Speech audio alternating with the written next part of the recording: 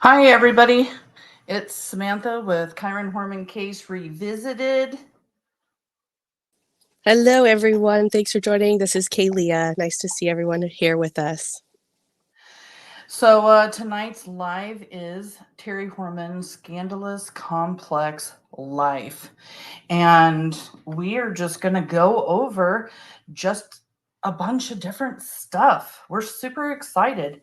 We kind of put this together on a whim, but that's why the short notice. But I'm really glad that we've already got people here. So, yes, I was going to say before we start, I know this was kind of a short notice one. So yeah, if you haven't already, be sure to subscribe to the channel and you can hit the little notification button and be alerted if we go live like this on a whim in the future. Yes, thank you for bringing that up. Absolutely. You get notifications for all kinds of things. Any of our lives that pop up, any new videos that go up, any new book reads, which I actually need to add some more. So, I hope everyone's having a good Saturday night. We're super excited to be live again. We've been trying to at least do one live a week. It just keeps the rhythm of everything on YouTube going to have these lives in here. Put up a couple of new videos this last week. I hope you guys have seen them. If you haven't, go over and check them out. We put up Dede's aunt's property, and I did one of our little news clips. And what was the other video I put up? I don't know. There's another one up. But yeah, tonight we are just going to go over, and we're going to go way back and start with the murder for hire plot against a boyfriend named Sean that Terri Horman had in 1990. I don't know if everybody has heard about this, but there was another murder for hire plot besides Kaine. And that murder for hire plot, the police investigators actually found out about it in 2011, but nobody heard about it at all until like 2017. And it's just crazy. So yeah, it's interesting how they came about this information. And yeah, knowing what we know now, of course, this is all alleged. They've never brought charges for this or anything, but it's definitely interesting to think about. Yeah, and I have an amazing clip to show you guys from Kalaboshi from News Channel 8. He describes this, and yeah, I love him, so I like him. Me too. He's done, such a great job, Yes. doing this. So let me see if I can find that real quick. Here it is. I gotta mute myself. A co-worker came up to me and provided some important information about this case that she had gotten from a source. And that really was the kickstart that we needed to dig back into this. We were able to reach this ex-boyfriend who lives in Oregon. And I'm hesitant to give a lot of information about him. His name is Sean Ray. He's very private and didn't seek the media attention, really didn't want the media attention. It's something where we went to him. And I called him repeatedly, didn't hear back, sent him a letter in the mail asking some questions, and he finally did respond. We had a lengthy phone conversation where he described the situation and these allegations, and then we actually went to visit him, and he's quite a ways away.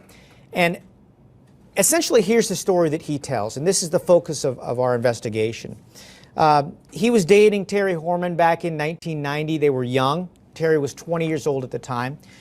He claims it was a relationship that was kind of on the rocks, and yet they went out that summer and had Chinese food in a park, and were sitting there. Mr. Ray says that as they were sitting there, he saw a man come out of the bushes with a gun, pointing it at him and approaching quickly. He claims that Terri turned and said, "He's here for you," pointing to the gunman.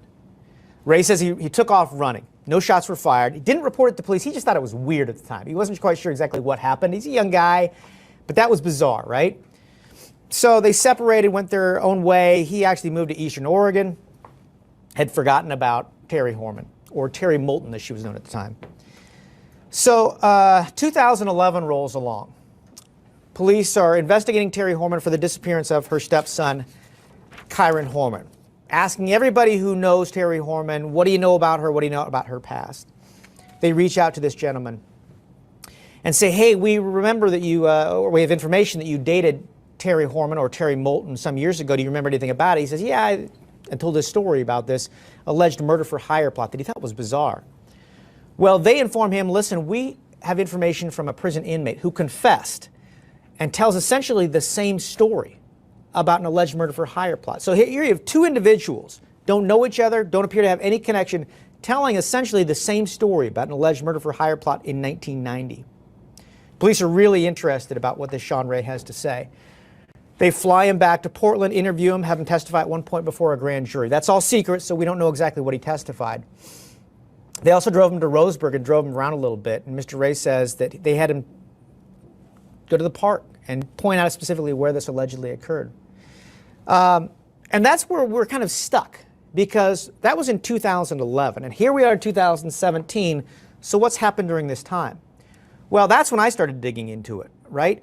2017, filing some public records requests, calling people, inquiring, and in reaching out to Roseburg Police, they say they're not able to release the police reports. Why? Let me read you specifically what they said here in response to my public records request. This report will be referred to the DA's office for review in the near future and remains open, suggesting it'll be passed on along to prosecutors for consideration.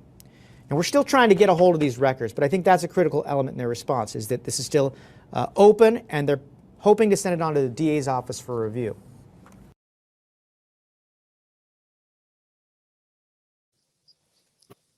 Wow. Yeah, when I saw this clip, I, for one, did not know that somebody from prison Confessed. actually, yeah. And I'm just like, what? And I Yeah. was like, yeah, that was just like, whoa. And I mean, Yeah. yeah, they went and flew him here so that he could go before the grand jury. So now we know he's gone before the grand jury. Mm-hmm. And we've heard before from Desiree, she has said multiple times that they are collecting all of this, the murder for hires and everything, to push everything forward all at the same time. All at once to make sure that there's no chance of getting out of it. Yeah. I find it very interesting that, like you mentioned, that the person in prison confessed. You know, that's very, it totally is random. And it sounds like this person who, you know, Sean or whatever his name was, he was probably caught off guard. Like, he probably hadn't thought of that in forever, and here the police are asking about it. And then they, again, believed it so much that they took him to the park and stuff and had him kind of recreate the situation. And this definitely, I know a lot of people, this is just alleged, there's never been charges brought, but what do you think her motivation would have been at the time? That's one part of it that's missing for me, is they weren't married. I've never heard anything. I've never heard anything. They were just boyfriend and girlfriend. She was really young. He was only 18 and she was 20. Yeah, it just seems like, I mean, it's, even for me, it is hard to believe. But then when you think about a random person in prison confessing to this enough where the police were able to go figure out who the person was, and then Sean corroborates what the prison person is saying, that is weird. Yeah, and they're like sitting at a park, and the guy comes out of the bushes, points the gun at him. Terri says, he's here for you. Sean is scared and starts taking off running, but I've never heard that shots were ever fired or anything. So it's just all kind of weird. Like, you know, people have talked whether or not there was bullets in the gun, or if she was just doing some random weird, you know, I'm trying to scare you thing or whatever.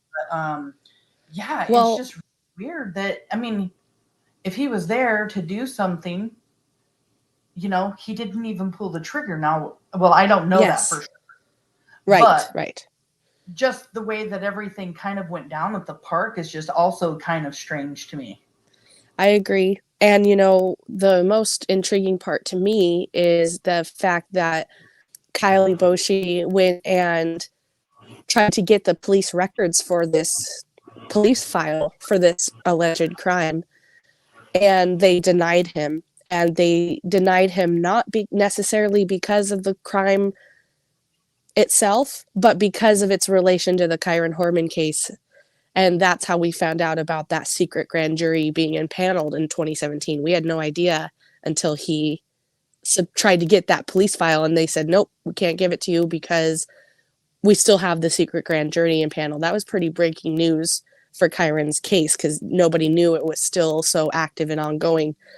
You know, people assume it's cold. It's still open and ongoing. Kyron's Right. investigation is still moving. They have not ever stopped it.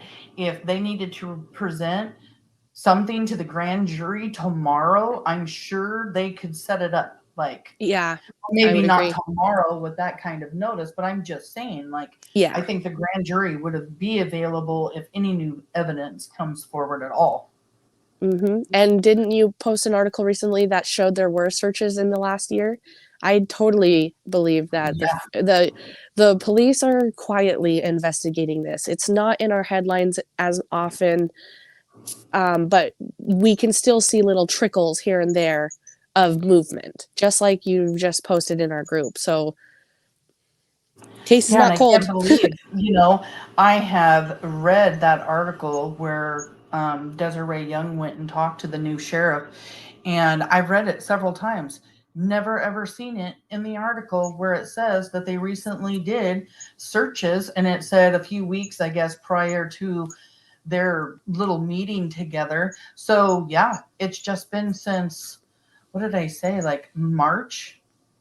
Yeah, I believe that's year or something like that, or it was just, yeah, I think it was like a few weeks before March or something like that of 2000. Would it have been 22? No. Well, yeah, it was 23 because 23. Yeah, she I remember when she went and met with the new sheriff, and that was this year. So yeah, that's right, because she got hired in January. Mm-hmm. And by the way, everyone, we totally encourage you to comment and say things. And we've got Tiffany here. Oh, thank God. Yeah, thank God. But yeah, so that was the first thing I kind of put everything in order, I guess, because I'm like OCD like that to go over. So the next thing we have here. Real quick, before we move on, Tiffany did have a question. She said, what happened to these men who she hired to murder these men? Well, the one, I'm not sure.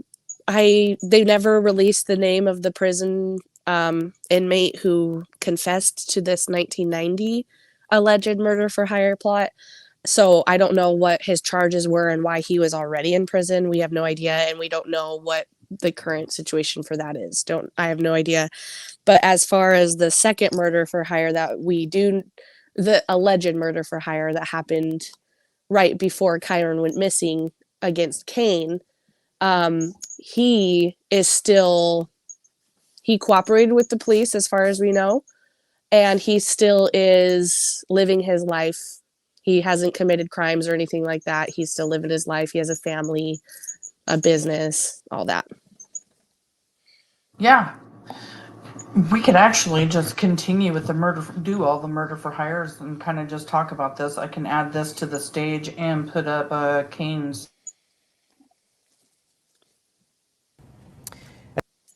Hello, I'm Tracy Barrett. And I'm Joe Donlin. First at 6, the Kyron Horman investigation takes another turn. Now a reliable source tells News Channel 8 officers were prepared to arrest stepmom Terri Horman for hiring a hitman to kill her husband. We have News Channel 8 team coverage beginning with Amanda Burden in downtown Portland tonight. Amanda? Joe, in the last half hour, Kyron's mother and stepfather spoke with reporters in Medford. Kyron's mother was adamant that Terri Horman come forward. This all comes on the heels of another bombshell in this case. More than a month after 7-year-old Kyron Horman disappeared, the focus remains on his stepmother, Terri Horman. Detectives aren't saying that Terri is a person of interest or suspect in the case, but a reliable source tells News Channel 8 that police were prepared to arrest Terri for plotting to kill her husband, Kaine. That source tells us last November Terri offered to pay a landscaper for the murder, saying Kaine had hurt her emotionally, and that an undercover detective accompanied the landscaper to Terri's home on June 26th. The source goes on to say that if Terri had implicated herself in trying to arrange Kaine's murder, police would have arrested her. The landscaper was wearing a wire, but sources say Terri suspected something was up and cut the conversation short. Later that day, Kaine took his 19-month-old daughter and moved out of the family's home. He then filed for divorce and a restraining order. In a 3-page email to local media outlets late last night, Kyron's family wrote no comment in regards to the murder-for-hire plot. But they did confirm that Kyron's mother, father, and stepfather all took polygraph tests and passed. A reliable source tells News Channel 8 that Terri was evasive on her tests. Tonight, Kyron's family urges Terri to work with police. They write, "We continue to issue our plea of her fully cooperating with law enforcement and the investigation to help bring Kyron home as quickly as possible."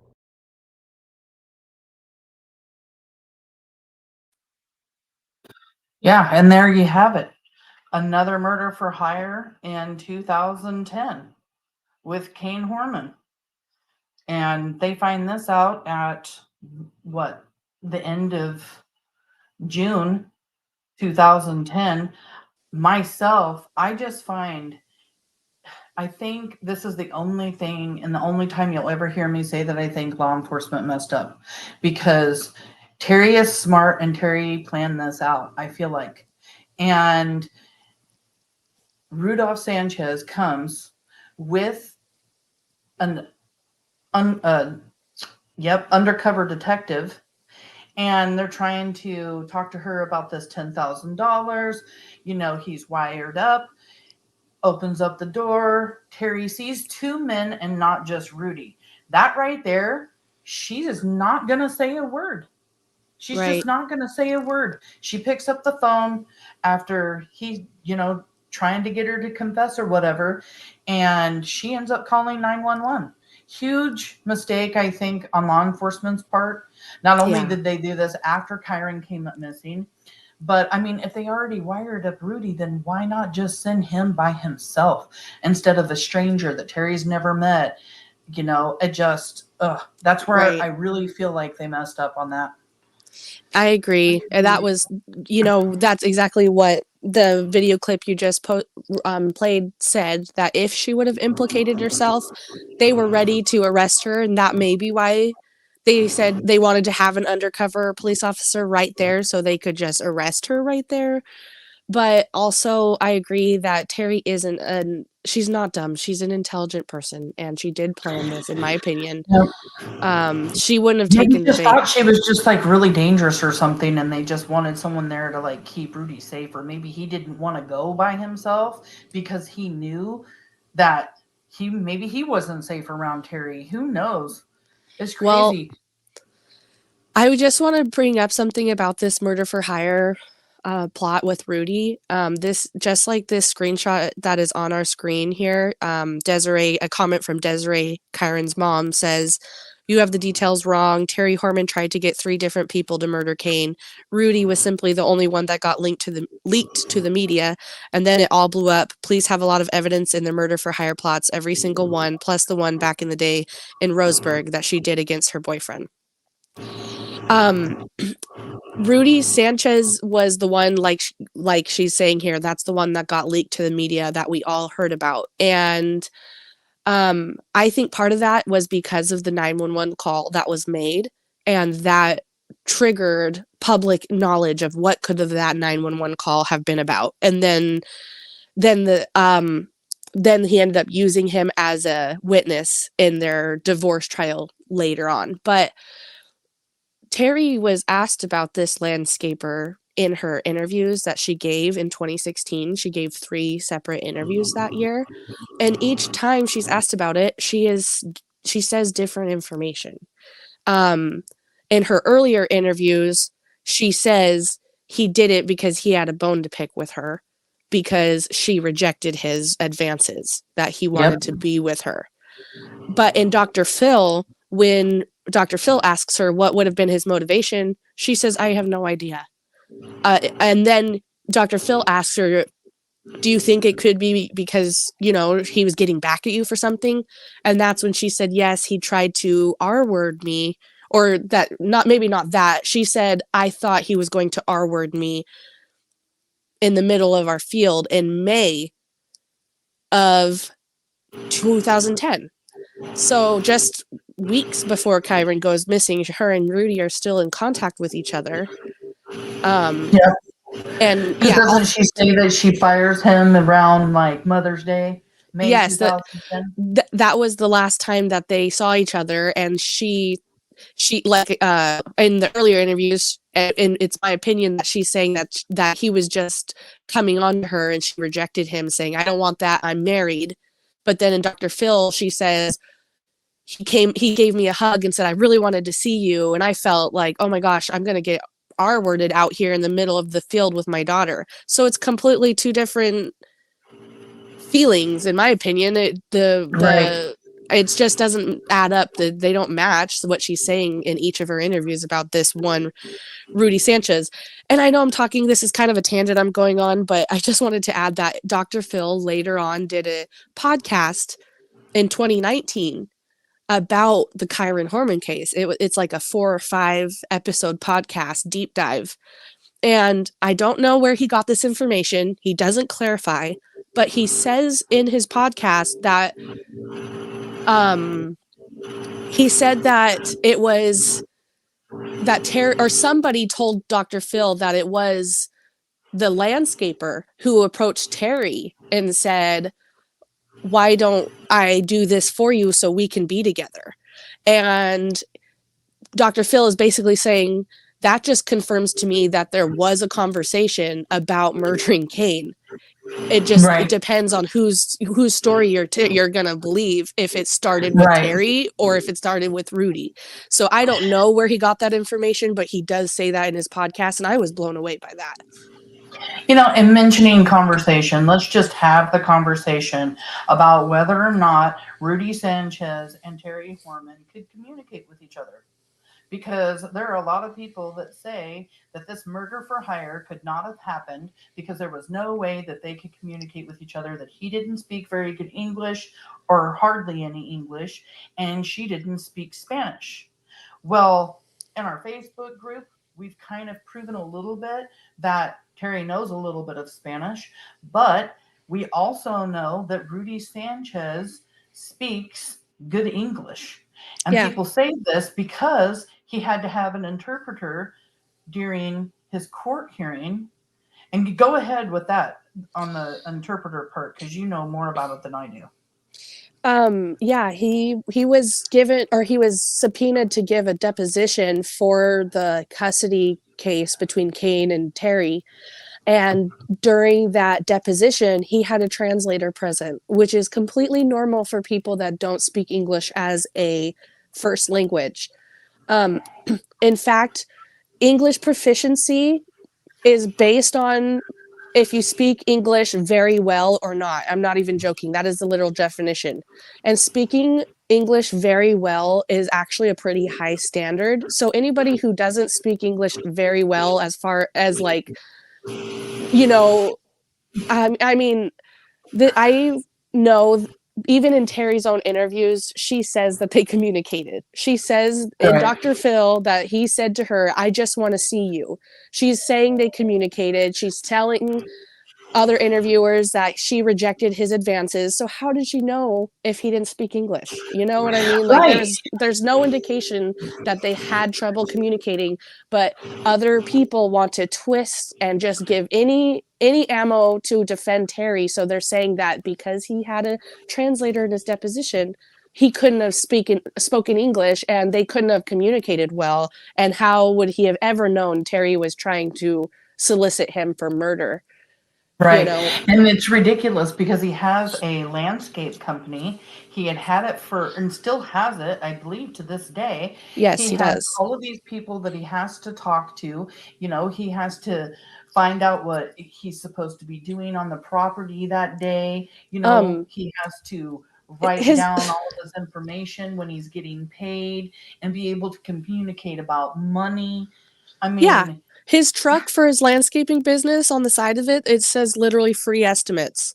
Why would he put that in English if he didn't speak English? You know what I mean? I guess if he right. wanted to, there's a plenty of people who operate, if they don't speak English, they will operate in a way where their clientele are other people who don't speak English or who speak more languages than English. So, you know what I mean? And it's kind of like a word of mouth. Like that's how they get their clients, is this word of mouth thing. But here's Rudy Sanchez driving around with trucks with his logo on the side that says free estimates. And thirdly, I will admit this, I'm a sleuth. Okay, I found his Facebook and I found videos of him speaking English. So, Yep. So let's move on from Rudy. Desiree says in this post, DA's office will prosecute for all the murder for hire plots. Oh, yeah, there are several, as well as Kyron's kidnapping and subsequent changes for that. When we find Kyron, they want to hit her with both barrels so it sticks, and she can't get off easy. Terri is going down, and so are the people who have helped her along the way. Just a matter of Kyron being found first.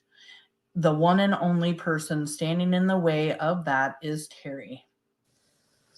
you know, what's interesting, recently in our group, we discovered that Terri was hiring other landscapers in the months leading up till Kyron's disappearance. One Yep. landscaper came on to the news and gave an interview about it, how he replied because she put out an ad seeking landscapers to reply and probably give her bids for her job or whatever. And this just is saying right here that there's multiple murder for hire plots. What if she did hire multiple landscapers, because we know she was putting out ads in those months and trying to get to test the waters and see if they would do that for her. And that's maybe that's what Desiree's talking about, that these other people are landscapers that she tried to hire to do this. You know what? That is a great point, because I didn't even think about that, because they did talk and interview him. We actually showed a clip of him during one of our last lives because he talked to the media about everything that had happened. That's crazy. Right. Actually, it wasn't one of our lives. I think it was one of the news clips that I put up. Yeah.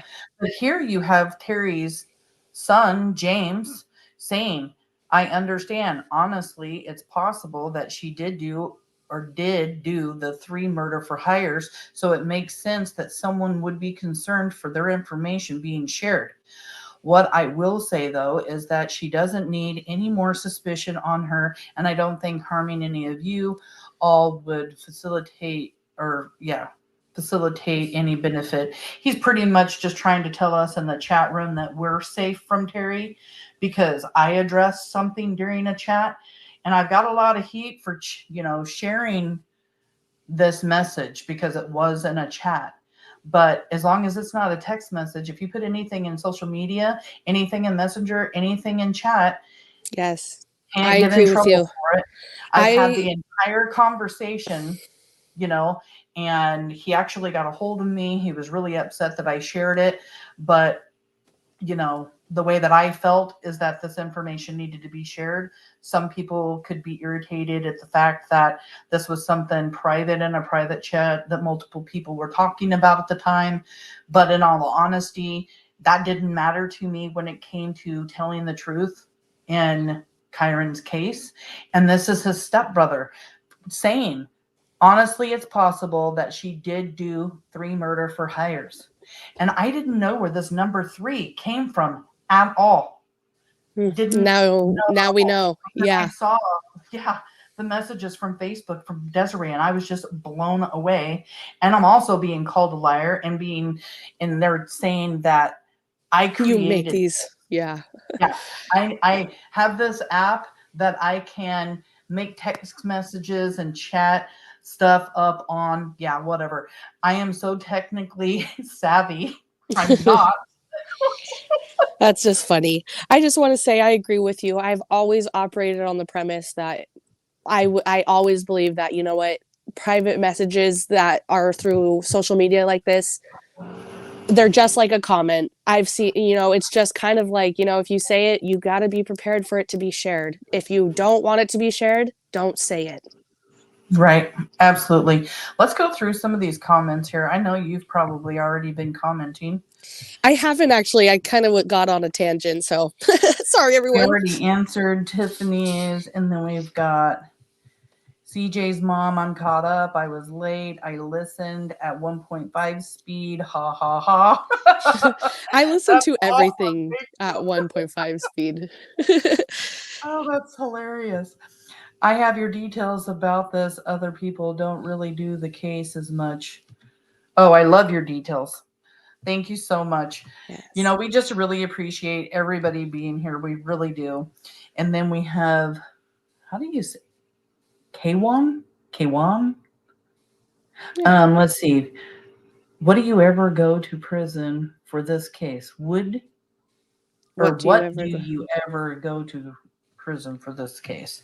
Well, so far nothing, but hopefully one day, whatever charges are necessary that match whatever happened to Kiren once they find out, and these murder for hires. Hopefully, just like Desiree says, they slam the cuffs on her all at once, and she'll never walk a day free again.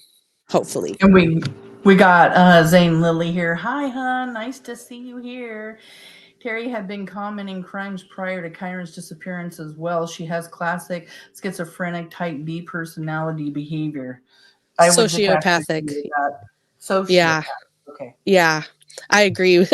Yeah, we're going to get into some of those. It's very, very just bizarre.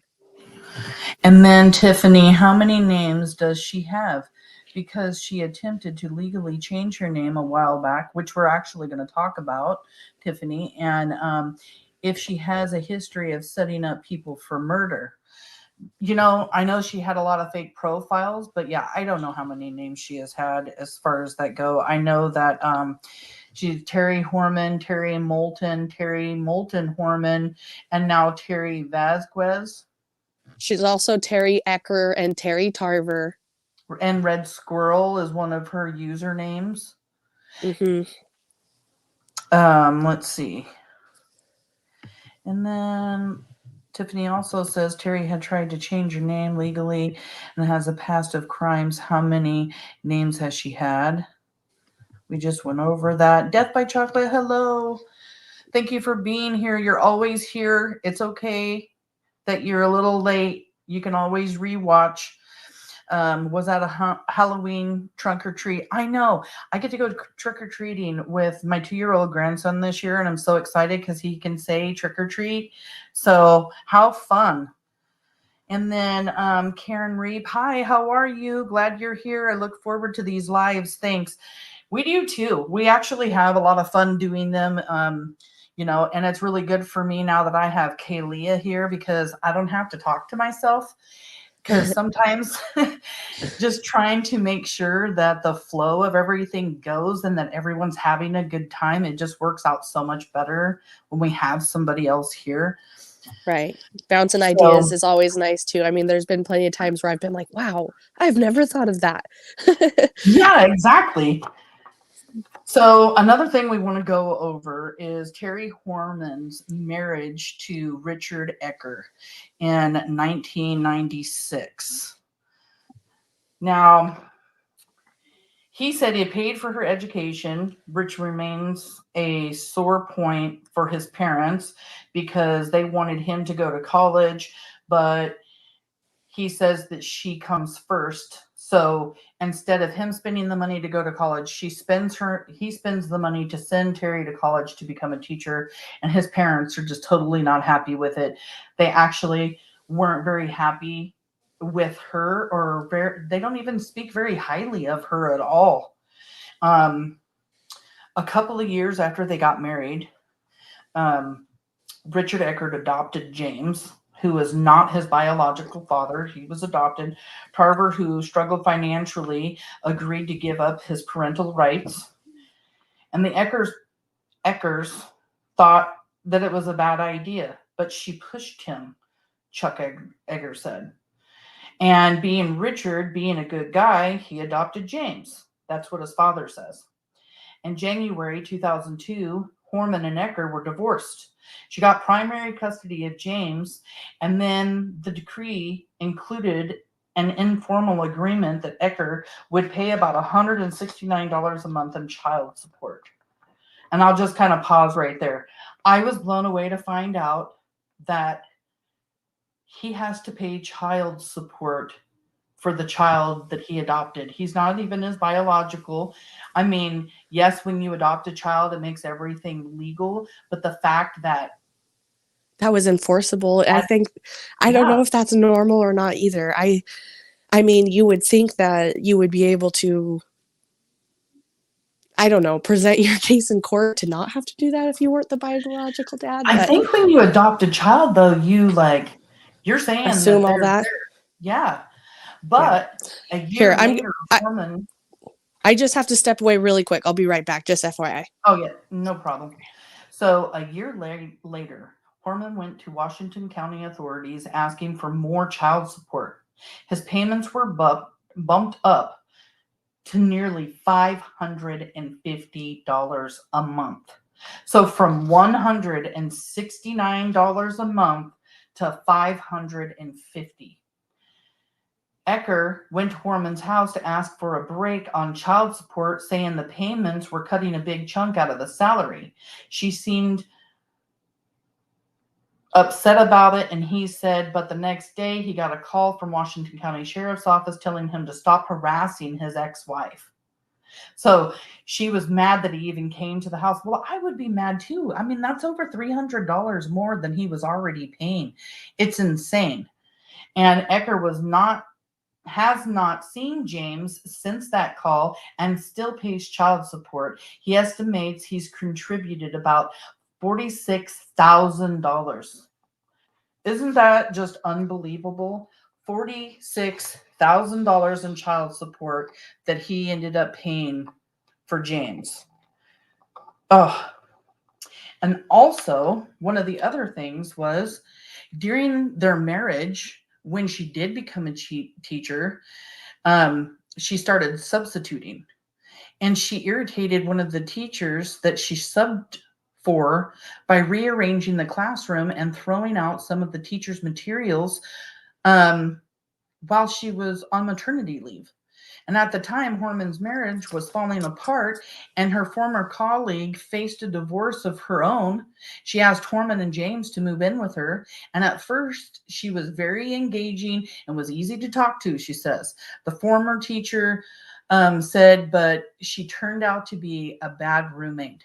Horman moved her possessions in and rearranged the furniture. She moved one of the woman's bookshelves into the yards, still stacked with books. She said she needed room for her things, is what the teacher said. It rained, ruining the books. Horman appeared hurt when her roommate questioned her actions. I mean, I would be livid. Like, I'm offering you a place to stay. You come in and you move in with me. You bring your stuff. You rearrange my house. You put a bookshelf with books on it outside to get rained on. We all know how much books are. Like, one of my granddaughters went to her book fair here recently, and when I looked at the catalog to get her a book, I was shocked, because normally I use used books. Pals has a used book selection. I bought her the book because I do that for her, but I just couldn't believe the prices. So all of these. I'm back, by the way. Oh, I heard you back. Okay, good. Just want to make sure. I was like, oh, when can I cut it? Yeah, I agree with you. To me, this sounds like a lot like, I mean, how could somebody be so out of touch with that? I mean, that sounds like, to me, if I had a roommate and then they just start feeling like they were entitled to be able to do that kind of stuff, what do they think? Like, how does somebody rationalize that in their brain that they now are able to just, that's okay to do? I don't know. That's so crazy to me. Yeah. And you missed it. So Richard Ecker started paying $169 in child support. Now, Terri goes before the authorities asking for more child support and had his payments bumped up to $550 a month. Holy cow. And to this day, he says he has estimated that he has contributed about $46,000. You know what's crazy too is when James moved out of their house and he moved back with his biological dad. He didn't even move in with this guy. That's just crazy to me. Right? Yeah. You know, I didn't even think about that. You were right. He ends up moving back in with his biological dad years later. Yeah. And, you know, and she had kicked him out and made him leave and sent him to go live with his grandparents. So, I mean, like, she's sitting here collecting all this money and she ain't even taking care of them. Other people are. Right. Wow. I know you're right. Because too. Actually, she never told Kaine that she had hired Rudy, the landscaper, and she had hired him in the fall of 2009, so a lot earlier, and Kaine didn't know.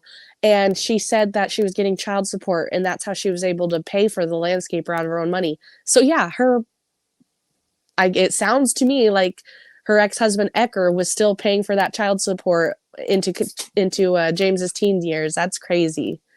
Yeah, and in that entire article, I will tell you something right now. Like, his parents did not like her. They said that she was controlling, that it always had to be about her. Yeah, that they just did not like her whatsoever. I also know that Tarver didn't think much of Terri as well, her son's biological dad. I will post them in the group. I do not have them in front of me, but I did find some comments from him from early into the investigation that he was making on Oregon Live articles online that were calling her out and casting suspicion on her. So I'll post those in the group when I can find them again. Okay. Yeah, and yeah, since you're mentioning it, just an FYI, everyone, whenever we do a live, we like to show as much information as we can here, and sometimes the information is too much to be able to show on the live. We always post it over on our Facebook. We also post it, and the Facebook is Kyron Horman Case Revisited Discussions and Case Studies.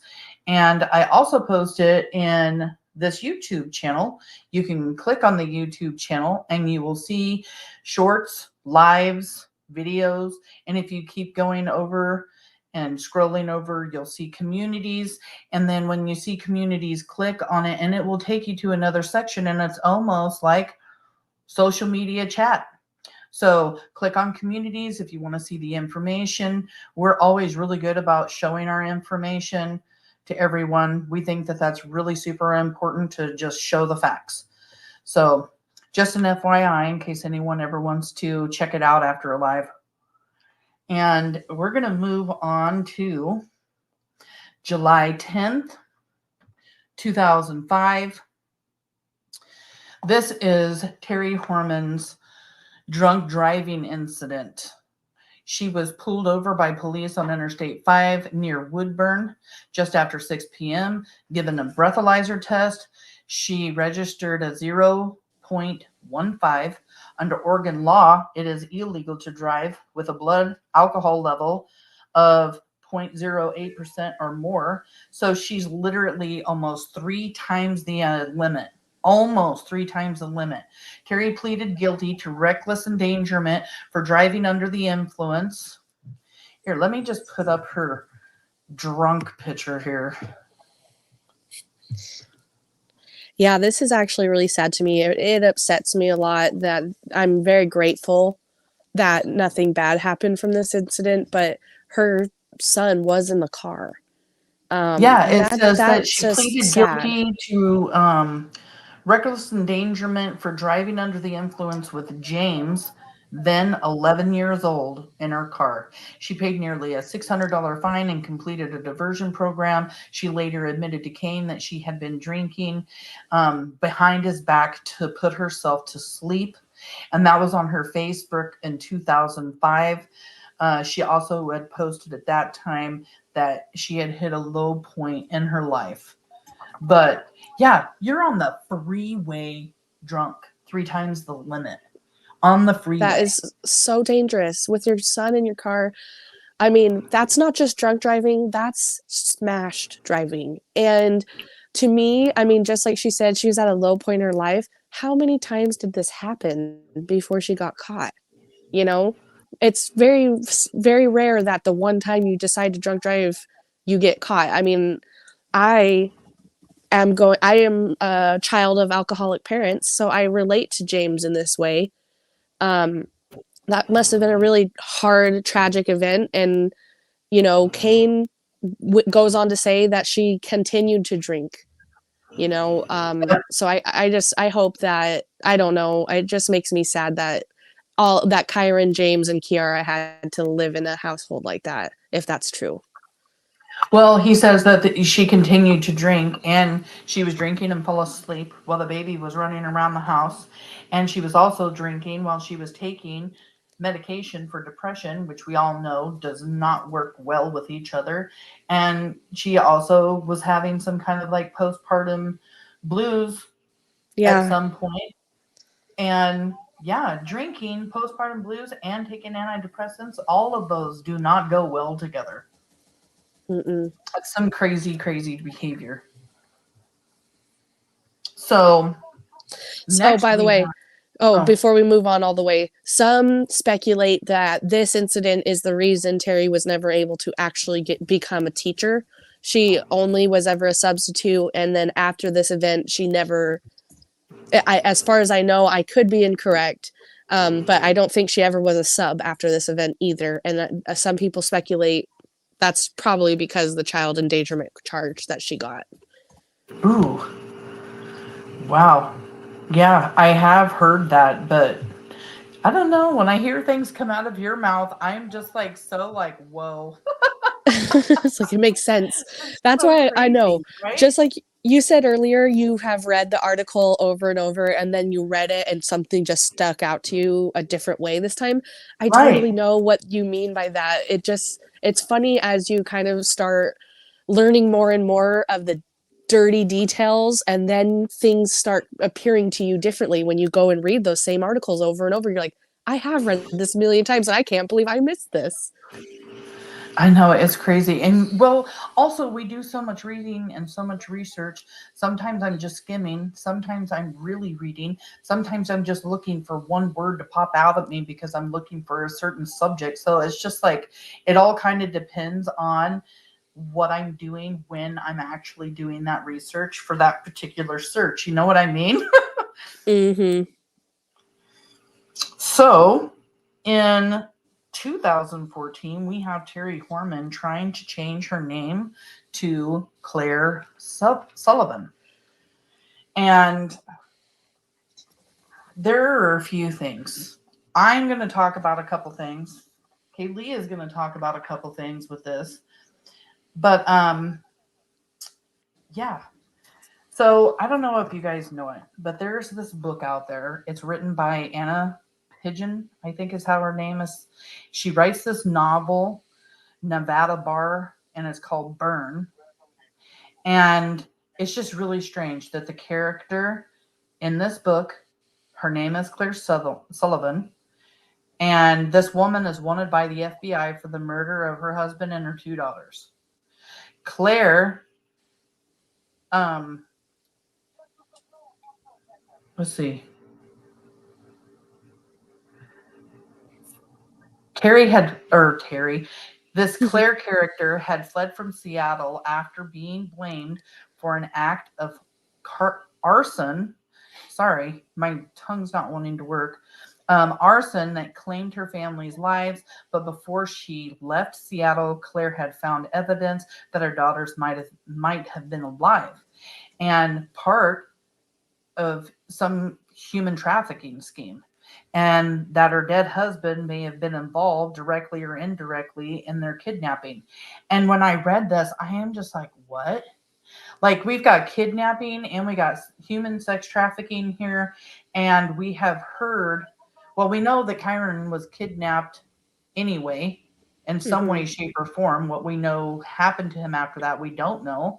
And then it's been speculated. I don't even know how many times I get asked or people say, I think he was trafficked. And I just thought that it was very telling that this character, now we don't know for sure. We just know that she was really into like mysterious novels and she was into like true crime and everything else. And that's kind of like what this book is. And a lot of people just speculated, oh my God, that's the name from the book Burn. And everybody kind of talked about it for a while. And then,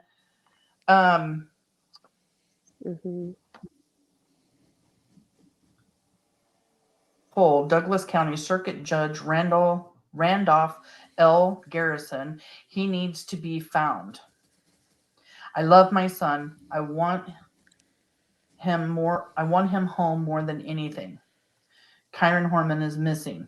And she made these comments as she sought to get the court's approval to change her name to Claire Sullivan, to avoid what she called the stigma of the Horman name.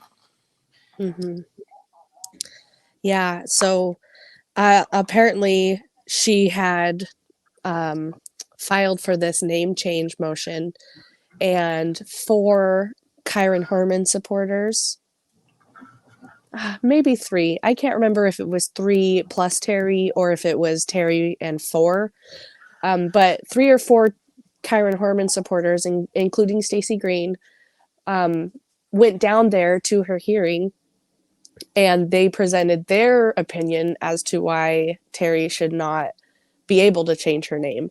And Terri had to present her side of the story to the judge. And what's interesting is the judge asked her, you know, how does your family feel about this? And Terri says, I haven't talked to them about it.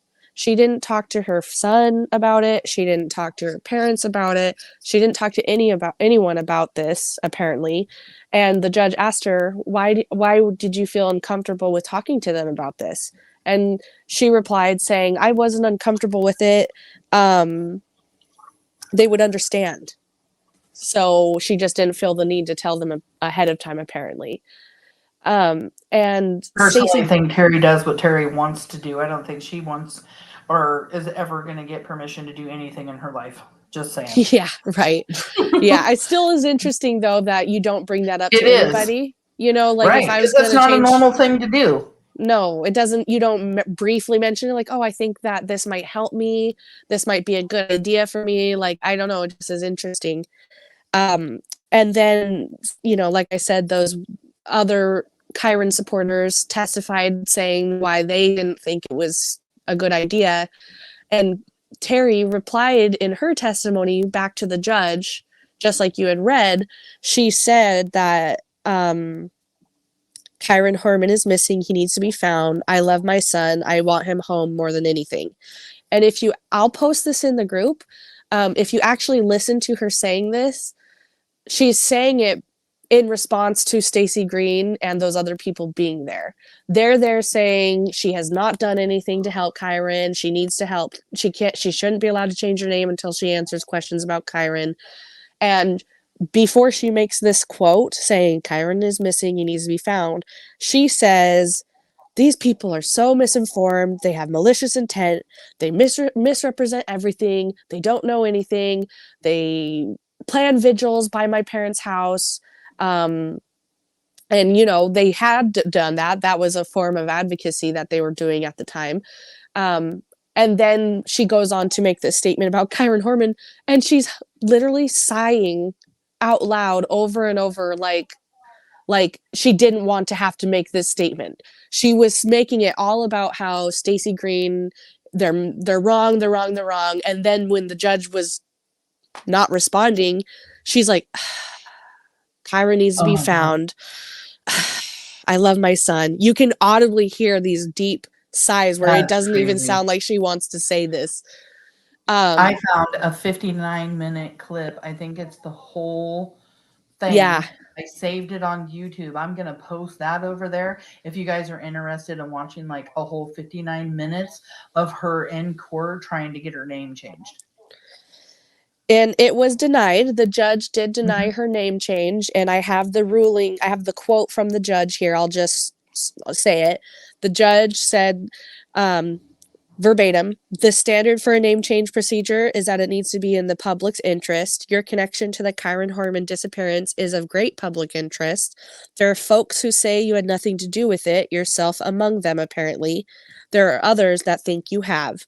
I don't agree with them that unless you say something, you shouldn't get a name change. That sounds like retribution. The standard is whether or not your name change is of public interest, and as long as this matter remains unsolved or unresolved, and until more information is given by you about that, it does not seem to be in the public's interest to change your name. Do you have anything to add that would change my mind about this? And Terri doesn't reply. She must have shaken her head no. And then he said, all right, it is not in the public's best interest. You're not changing your name. And she walked out of the courtroom apparently crying. She was really upset about this. I've seen the video that Stacy has posted, and yeah, I mean, I'm an empathetic person, so seeing her cry about that made me sad. But then thinking about all the times she's been on camera and never shed a tear once about Kyron, it's like, okay. That's crazy. The way that he worded it all too, like he didn't sound like he was even very happy to even have to be there, to be dealing with it, to just like, it's not going to happen kind of thing. I love that he says, I don't agree that until you say something, then you'll get your name changed. That sounds like retribution. But as long as it remains unsolved and until you give more information yourself, right, it's not in the public's best interest. And you know what? That's just a matter of fact. And she still never cooperated after that. So the name change must not have been that important to her. Yeah. Actually, it was, because we'll talk about that later. It was important to her. Yeah. I just don't even know what to say to that at all, really. I mean, I just thought it was just really weird that she even wanted to change her name. I know that she said it was because she was being harassed and everything. She also said that she was having a hard time, finding a job and everything else. And the way that I feel about it, and the way that I feel about Terri being guilty for something that has to do with Kyron's disappearance, I literally do not feel bad for her in any way, shape, or form. I don't care if she was crying or not. She has not shed as many tears as Desiree Young or Kaine Horman at all. I guarantee you. And the only reason she probably did cry is because it was all about her. Yep. The name change was all about her. And she probably went in there thinking, you know what, I'm gonna be able to do this, and it might have was a slap in the face. Right. The one thing I might be able to do, yes, and then no. And she's just livid about it. I could see it. Mm-hmm. So the next thing we have here, which, you know what, I didn't ask you. When did the Sandy emails and stuff happen? That's a great question. I have that information. Let's just go over the Sandy emails. This is one of Terry's old friends, and get into this before we do the stolen car and the threatening knife situation and the gun situation, just to keep everybody here. Stay here. We got lots of information. Right. And you know what? This fits right in the timeline because these emails are from May 2015. Oh, okay. Perfect. So we got this information from the Kyron Horman World Soldiers group on Facebook, and she's provided proof. And I've also seen proof that corroborates this in the form of comments made from Sandy Lessman that also corroborate that she was very unhappy with Terri, but she still believes she was innocent. I will just say that. Okay. Here is the post on the screen. It says, so I'm going through things I've saved over the years, and I have tons. Here's an old email from 2015 between Terri and one of her biggest supporters that she screwed over. She got close with her and her family, started a relationship with her son, who was much younger than Terri. Then when things went sour, Terri stole her biggest supporter's son's retirement money and ran. She goes on to say, still going through things, so I may be posting more random things like this. You will see Terri using a fake name in the email, but her biggest supporter uses her name when talking to her in the emails. Terri makes friends, then ruins those friendships, and then people come to me. I welcome all of the people Terri has screwed over. I'm always open to have a new start with them and find out about the real Terri. Terri talks about her mental evaluation in these emails, and so does Terri's ex-biggest supporter. Where is Kyron, Terri? And the email is, like she said, it says Claire Kiziel. So as you can see, even though she was denied the name change, she still was trying to associate herself with the name Claire. And she's emailing to Sandy. And the subject says, I forgive you. The email says, no feigning, no scam with April, and I do not fear a mental eval. Jesus, that is a low blow since it's not me who won't let me do it. Communication with you is extremely difficult, and I've tried repeatedly. I opened this hoping that you did forgive me because walking away like I did wasn't right, but obviously it was a ploy to have me read your true thoughts. I have asked April for her new address to send the money for Drew. Did she tell you that? I'll be using a reimbursement from Peter to do so, but hey, whatever. Too bad your bank couldn't have cashed it for you, then you couldn't pin this on me too. I absolutely helped Drew numerous times and literally put him to bed during several of his drunken escapades or highs. Lost keys, coats, wallets, money, the list goes on. You have no idea this kind of pain, none. I am not living a life of happiness and joy. I'm currently homeless. Happy? I sold everything and have nothing. I'm not staying with family because I won't put them through that again, but I guess you just know me. No money, no way to support myself, no children, nothing. Yep, living the grand life. You all are better off without me. Enjoy. So I guess that was the reply from Terri. I read this backwards. Sorry, everybody. This is the original message from Sandy to Terri. And the original message says, so how does someone look themselves in the mirror with what you've done to my family, especially my most troubled son, all the while feigning suicidal issues to me while playing one hell of a scam game with April to keep anyone from confronting you. Only a sociopath who doesn't care about how they hurt those who care about them. Irony, your fraud will end up dragging my family through the mud even more due to your theft of money. Not much more damage you can do as what my supporting you has already done, except nail the lid in your legal coffin. Simply communicating would have sufficed. Instead, you steal my son's retirement funds, which you had coerced him into cashing under the guise of helping him deal with his troubles. It doesn't get much lower than that manipulation, Terri. I really don't understand how you could do this. I'm so disappointed. It goes on to say, I forgive you for treating me, but I don't have the remainder of that email. That's the only part that that Stacey posted. So, yeah, that's pretty interesting. Apparently, Sandy had a son who was experiencing troubles, and if this email is correct or true, Terri confirms this by saying she helped him through many drunk and high nights when he was losing his keys, wallets, blah, blah, blah, and she helped put him to bed. And Sandy is saying that Terri took a 401k, probably he probably quit a job and had a 401k cash out. And she took that check to her bank and cashed it for him through her bank and took the money. And what Terri is saying is, I'm going to reimburse him for that.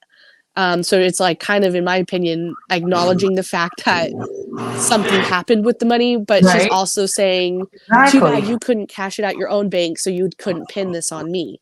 So it's also like a deflection. Again, it's not my fault. I did nothing wrong. type thing, you know? Right, and this It's guy's very, very retirement typical money. of all the other times Terri has ever been confronted with issues. Yeah, and this guy's Um, retirement money. Let's see. I have another one here.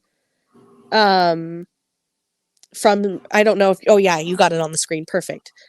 It says, warning, inappropriate content below. So funny. This is not one of my friends, but she was in fact Terri's bestie till Terri screwed her son, literally, and took his retirement and ran. Sandy's son was much younger than Terri too, but she still used her sexuality to get what she wanted from him. Then she took him for the little bit of retirement he had and ran. Anyone that has been here from the beginning knows that Sandy was Terri's biggest mouthpiece at the time. The messages and emails that we have are as real gets. Terri should be scared of what all she told Sandy because it's come back to haunt her. LMAO, and I love it. Terri can try and pretend these emails and texts are fake, but many people remember all this. They know it's the truth. Terri is just scared to be exposed even more for the disgusting things she's done. Like to be with animals, dogs, horses. What else, Terri? I don't have any proof of that. We're not getting into that tonight. No, gross.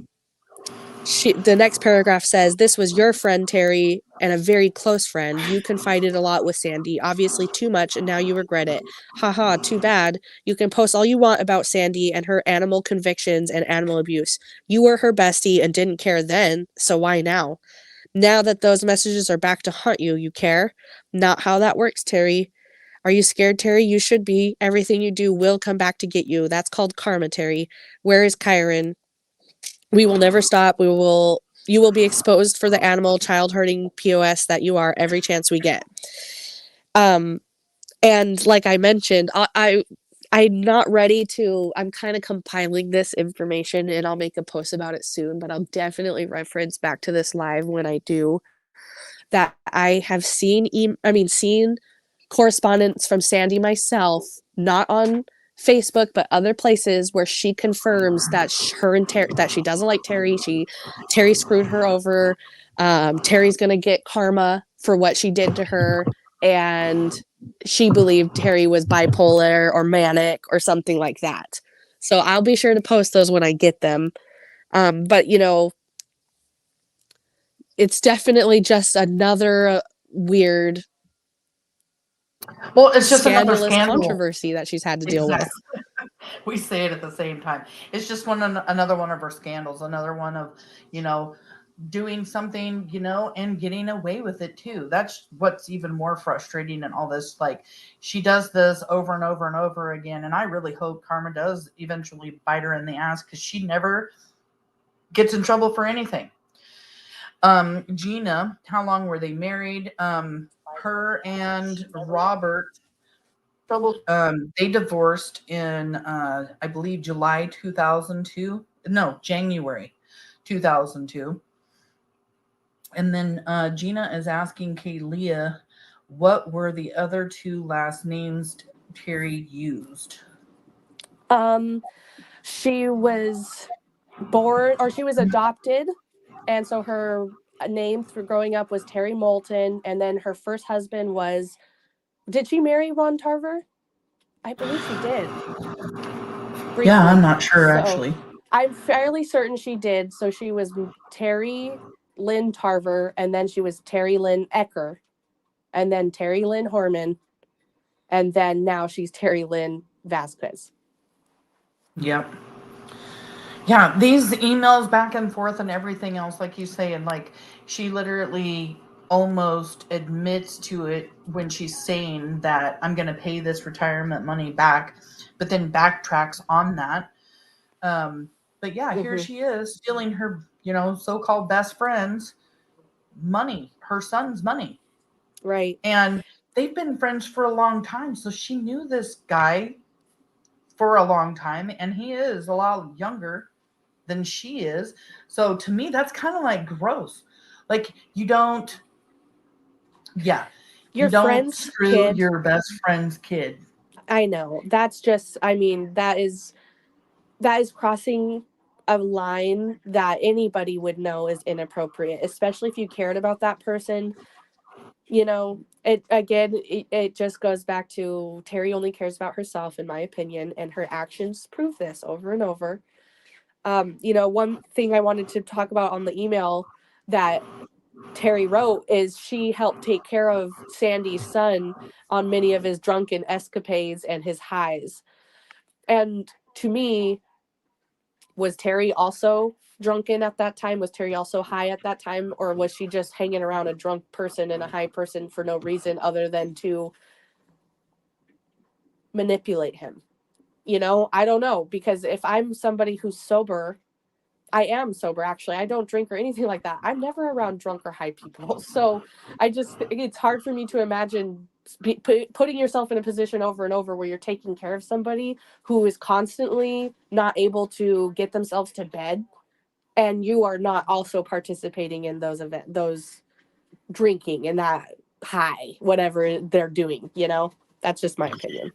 Yeah, and all this information's written by Stacy that runs the group, Kyron Horman case, it's Kyron Horman, World Soldiers, and she's been running that Facebook group for 13 years. She's close with Desiree, you know, so we just trust her information, and this has been verified, so yeah. Well, actually, for a long time, Desiree and her family, they all were making it abundantly clear that everything that was posted on the World Soldiers page was 100% vetted and approved by the family. They're, you know, I mean, can you blame them after 13 years of wanting to say the same thing over and over? Right. But Stacy Green made a comment not that long ago, probably just like 2 or 3 days ago, where she said this. She said, Desiree watches this page. She doesn't run this page, but she knows what I post, and she's never told me to not post this. So, you know, that's just saying again, you know, that they are okay with what she puts out there, and I consider it as close to the source as it can get. Yeah, that's how I feel about it. Especially after, you know, so much misinformation and everything just being out there, and finally being able to really find out what the facts are in the case, for me anyway. Yeah, it's just really nice to be able to have reference and be able to use her page every now and then as reference. If we can't find something on the internet to like verify it, she's just a good source. And you want to know, her page has been here from the beginning. She has so much information compiled in there, those old posts. And at one point, I mean, Stacy is an advocate for Kyron. She has been this whole time. But I feel like her advocacy has changed directions a lot, where she really focuses on pressuring Terri. But at one point, her page was a lot like our group, where it was nothing but this kind of stuff, debunking facts. This is what really happened. This is what witnesses were saying. The comments had a plethora of great information. Desiree was replying, answering Yeah, and questions. she's got like 50,000 plus, yes, you know, so members in there too. So she's like really getting a lot of awareness out there with her yes, page. she has a lot of good information on there, a lot of good old articles, old videos. I'm so grateful that she has never given up all this time. That's just amazing. Right. And she came out of the blue, out of nowhere. Desiree and her weren't even friends at the time. This was a stranger that came forward, from what I understand, and like started this page for Kiren. And through that, they became good friends. She was going on all of the searches. She was there for Desiree, always there posting about Kiren, and, you know, took it upon herself. And that's, you know, she spends her time doing that. And she spent a lot of time. I've only been doing this for a couple of years, and she's been doing it for 13. And I would be flabbergasted to still be doing this 13 years later. And I will be, if I have to be. Hopefully this is solved by then. But I'm just saying, like, it's mentally exhausting. Yes, it is. And it's dedication. And you want to know something, Samantha? As I was kind of looking through some of her old posts a while ago, it's just so funny because you have been here from the beginning too. I have been so tempted to comment and reply to your comments from hers on her post from way back then. I see your comment on there. I'm like, oh, there she is. She really has been here from the beginning. She has never given up. And so I just wanted to tell you that. That's No, awesome. I joined that group almost immediately because it was one of the first groups out there. I didn't speak very much, but when I did, I was, Terri did it. Because, yeah, it wasn't until a couple of years ago that I started doing case studies and looking other directions. But I feel like I was just completely misled. But yeah, now I'm back at it, and now I have this group, and now I have this channel, and I have the members, and we're just really glad that we have so much awareness for him. And we just hit 4,000 members on our Facebook group, so that was amazing to see this last week or so. But anyway, we won't keep talking about all of this. 2015, there are some gun charges. So in 2015, Terri stole a gun from her roommate. And in July 2016, she was pulled over for speeding. She had the gun. And this is a year later, you guys. She has this gun a year later when she gets pulled over. She also has a warrant for her arrest. So she's arrested. And the warrant was for stealing the gun. And I'm going to play this clip that we have about the gun charge.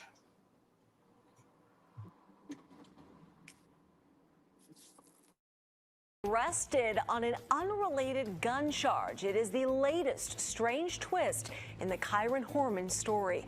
Good evening, everyone. I'm Nina Melhoff. And I'm Joe Donlin. Thanks for joining us. Terri Horman is facing that gun charge in California and is scheduled to appear in court later this month. KGW's Kylie Boshi broke this story earlier today. And Kyle, we're just hearing about this now, although the crime allegedly happened in August of last year. Originally, this case didn't stand out because Terri Horman was using her maiden name. She's listed in court records as Terri Moulton. She's been living in Northern California, just outside of Sacramento. Kyron Horman's stepmother is back in the spotlight, but this time not on national TV.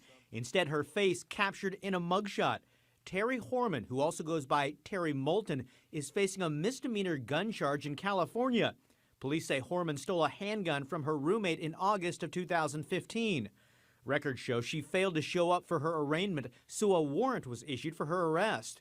She's since been booked and released by deputies just outside of Sacramento. Well, the defense didn't call a single witness during the two-day trial, including Terri Horman, and it appears they didn't need to. The jury found Horman not guilty. She was accused of stealing a handgun from her former roommate in August of 2015. The prosecutor in Yuba County, California, tells me she spoke with the jury after the trial and they were, quote, unsure if she intended to permanently keep the gun. It's just so frustrating and hard to believe. This whole, where is it here? We're, quote, unsure if she intended to permanently keep the gun. She was found not guilty. First of all, let's just go over the fact that when Kiren disappeared and everything and she went to court, wasn't it in her custody? Yes, she was ordered by the judge that she couldn't purchase or have a firearm. She was prohibited from that. And so, yeah. I don't know if it was because she was in California and not in Oregon that she couldn't get in trouble for that or what. But, I mean, you would think that since it has something to do with gun, and I think gun laws, some are federal and some are state, so I don't know. But unsure if she intended to permanently keep the gun. Let's remember, she's had a warrant for her arrest. When she got pulled over, she had stolen the gun a year before. How in the hell could they not determine whether she was going to keep this gun or not? She'd already had it for a year. My only thoughts are that, it is challenging to be on a jury. And if you have an attorney, all the attorney has to do is try to sow a little bit of doubt. And who knows what actual evidence was allowed to be presented in the trial, because she was arrested for speeding on an unrelated, in a totally unrelated situation. So maybe that wasn't allowed to be presented as evidence. We don't know. But it's so frustrating. I have to say about the doubt? Bite me. Yeah, I agree. I know. I mean, it's I'm just so crazy. mad about it. I agree. You know, It's crazy. And with all of the other information we're about to go over to, like, I'm just blown away that she just keeps getting away with it and just keeps getting away with it. This is a gun. Yeah. They have been looking at her for murder for hires. They have been looking at her for the person who could be responsible for a child missing, Kiren. Mm-hmm. And here she is stealing a gun from her roommate, and she didn't go to friggin' jail. Yeah, and she didn't go to jail. No, she didn't get in trouble. And you want to charges were friggin' dropped.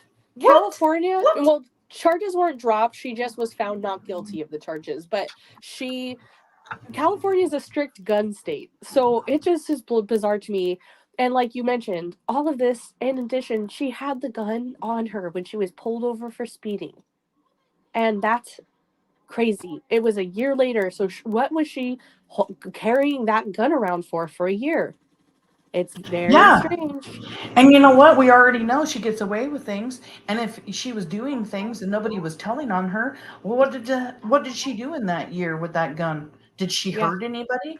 Because I know Desiree happened to be pretty concerned with the fact that she's out here doing all of this stuff. She's getting away with it. She's going to hurt somebody else. She's going to do something to somebody else.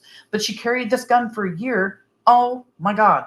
And now we just have to get straight into the domestic violence, because in November of 2016, there's a domestic violence issue with her ex-boyfriend, or boyfriend at the time, Chris Costobel. I don't know if I'm saying it right. Mm-hmm. Ex. And there's this knife situation where she's, holding a knife up to his face or neck or whatever. And she's telling him and threatening him and telling, I'm going to go after your family if you say anything to police. I have another clip to show on this. Now I'm getting all hyped up, you guys. Are throwing Horman back into the spotlight. I think that her time is running out, and I think she knows that. We're getting closer and closer to her, and I think that she, rightly so, should be scared. Kyron's mother, Desiree Young, has long been suspicious of Kyron's stepmom, Terri Horman. Horman appeared on Dr. Phil earlier this year to explain she doesn't know what happened to her 7-year-old stepson after he disappeared from his Portland area school. For a long time, Kyron's case was the only reason people heard about Terri Horman. Now, though, she's back in the news, facing charges and a restraining order in California. Earlier this week, NBC5 learned she's accused of stealing a handgun from her roommate in 2015, then failed to appear in court. Now, we're learning a judge is ordering a temporary restraining order on Horman for claims of domestic violence. A Sacramento man who describes himself as Horman's former domestic partner says, "I'm fearing for my life.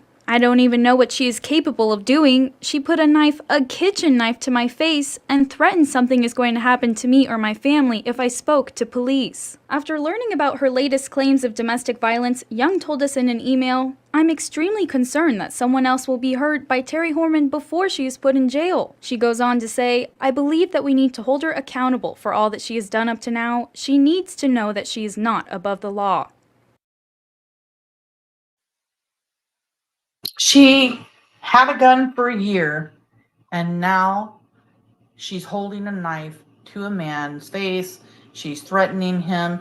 This boyfriend, by the way, you guys, because I had this all wrong, this boyfriend, this domestic violence issue has nothing to do with the roommate and the gun incident. These are two different people.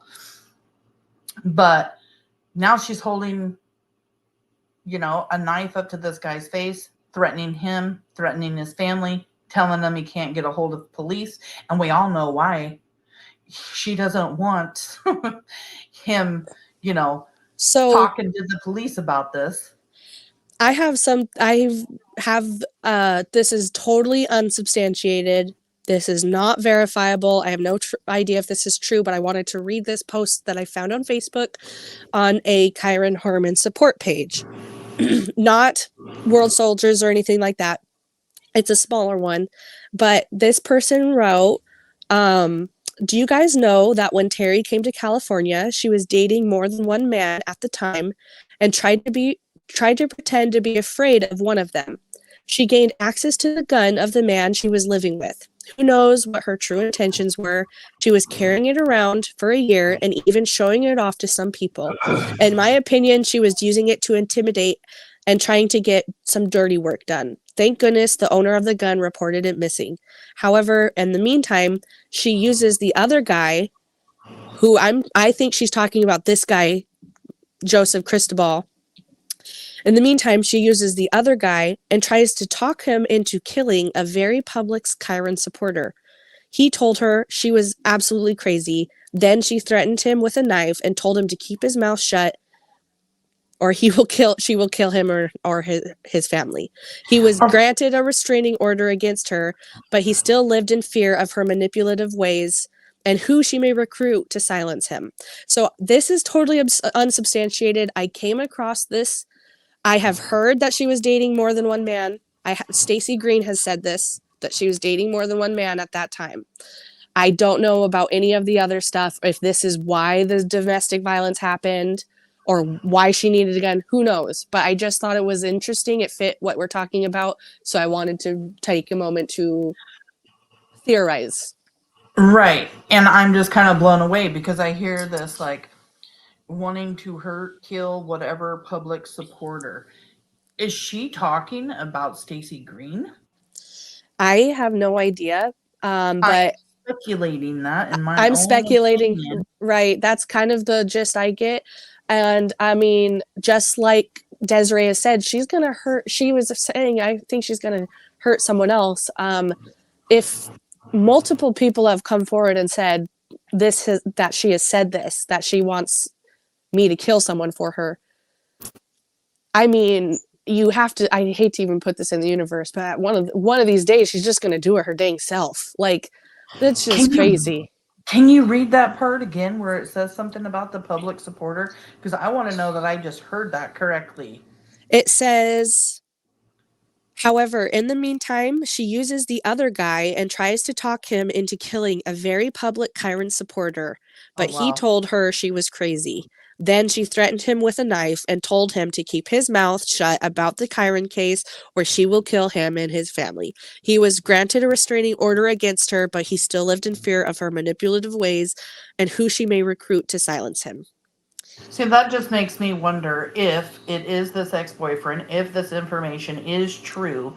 Did this person get flown in like the other guy in 1990 for the murder for hire? Because could this be another of the murder for hires that Desiree is talking about? Right. I mean, I know in her thing she said 3 murder for hires, but I think it was all on Kaine. But here's another one, if it is true, and sounds to me like it would probably be Stacey Green, since Stacey Green really goes after her. She has people follow Terri, take pictures of Terri. I mean, like, that kind of stuff is really crazy. I would not have anything to do with that kind of stuff. Right. But yeah, who knows? I just came across that. I know I didn't talk to you about that ahead of time, so I just no, you're fine. I grabbed a screenshot and I was like, wow. Now I'm just like, did this person get flown in? Did they get to speak to the I'm grand sure. jury if it's this boyfriend? I'm sure he did. Because, I mean, the truth about her ex-boyfriend holding the knife to his face and everything else, you already have that. That's already showing the kind of person that Terri is. She's carrying a gun around. She's bringing a knife up to somebody's face. She's threatening them, threatening their family. Don't call police. Then you hear this. And I mean, it just all really speaks for her anger. Yeah. Like she has that anger, that kind of anger in her to be able to do these things. Yeah, I definitely wonder if I'm going to guess that, yes, they did have him come testify to a grand jury. This was right around the time that the secret grand jury was impaneled. And it was the same year, actually. And I know for sure, because Kyle Aboshi reports this, that investigators flew down to California. Oh, yeah. So they were down there when this was all happening. They were definitely interested in this stuff. So That's just crazy. I would assume that, yeah, he probably gave his testimony to a grand jury. I would assume yes. So the news reporter didn't get finish reading what Desiree actually said, and I want to read it all because I'm interested in what it all says. It says, I am extremely concerned that someone else will be hurt by Terri Horman before she is put in jail. The public needs to know where she is living so that they can protect themselves. I believe that we need to hold her accountable for all that she has done up to now and charge her for all of it in all jurisdictions involved. Exactly. That's just, yeah. Right. And she needs to know that she is not above the law, and we need to hold her to that measure and expectation. And it's true. She isn't above the law. She can't just keep getting away with all of these things. I mean, it's 2023 now, and all of this is going on in 2016, and then, you know, of course, court proceedings, everything ends right around 2017. And then, of course, our next subject is the stolen car. In December 23rd of 2016, Terri Horman was arrested Friday in a residential area at 1:24 p.m. in Belvedere, an upscale neighborhood just outside of San Francisco. She was charged with taking a vehicle without owner's consent and booked into the, what is it, Moulton County Jail, Marin County Jail. Belvedere police said an officer noticed the vehicle with a mechanical violation. So she wasn't doing anything to get pulled over. There was something going on with the car, and they pulled her over. Now, I thought I did. Let me just.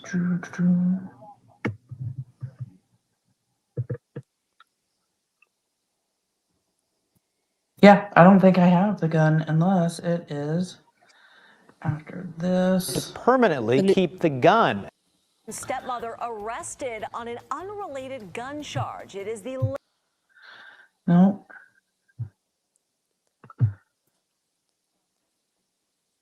Yeah, I don't think I have the rest of the story on the stolen car. Well, we know that the charges did end up getting dropped. The DA said that they dropped it because they just didn't have enough evidence that they thought to actually charge her for it.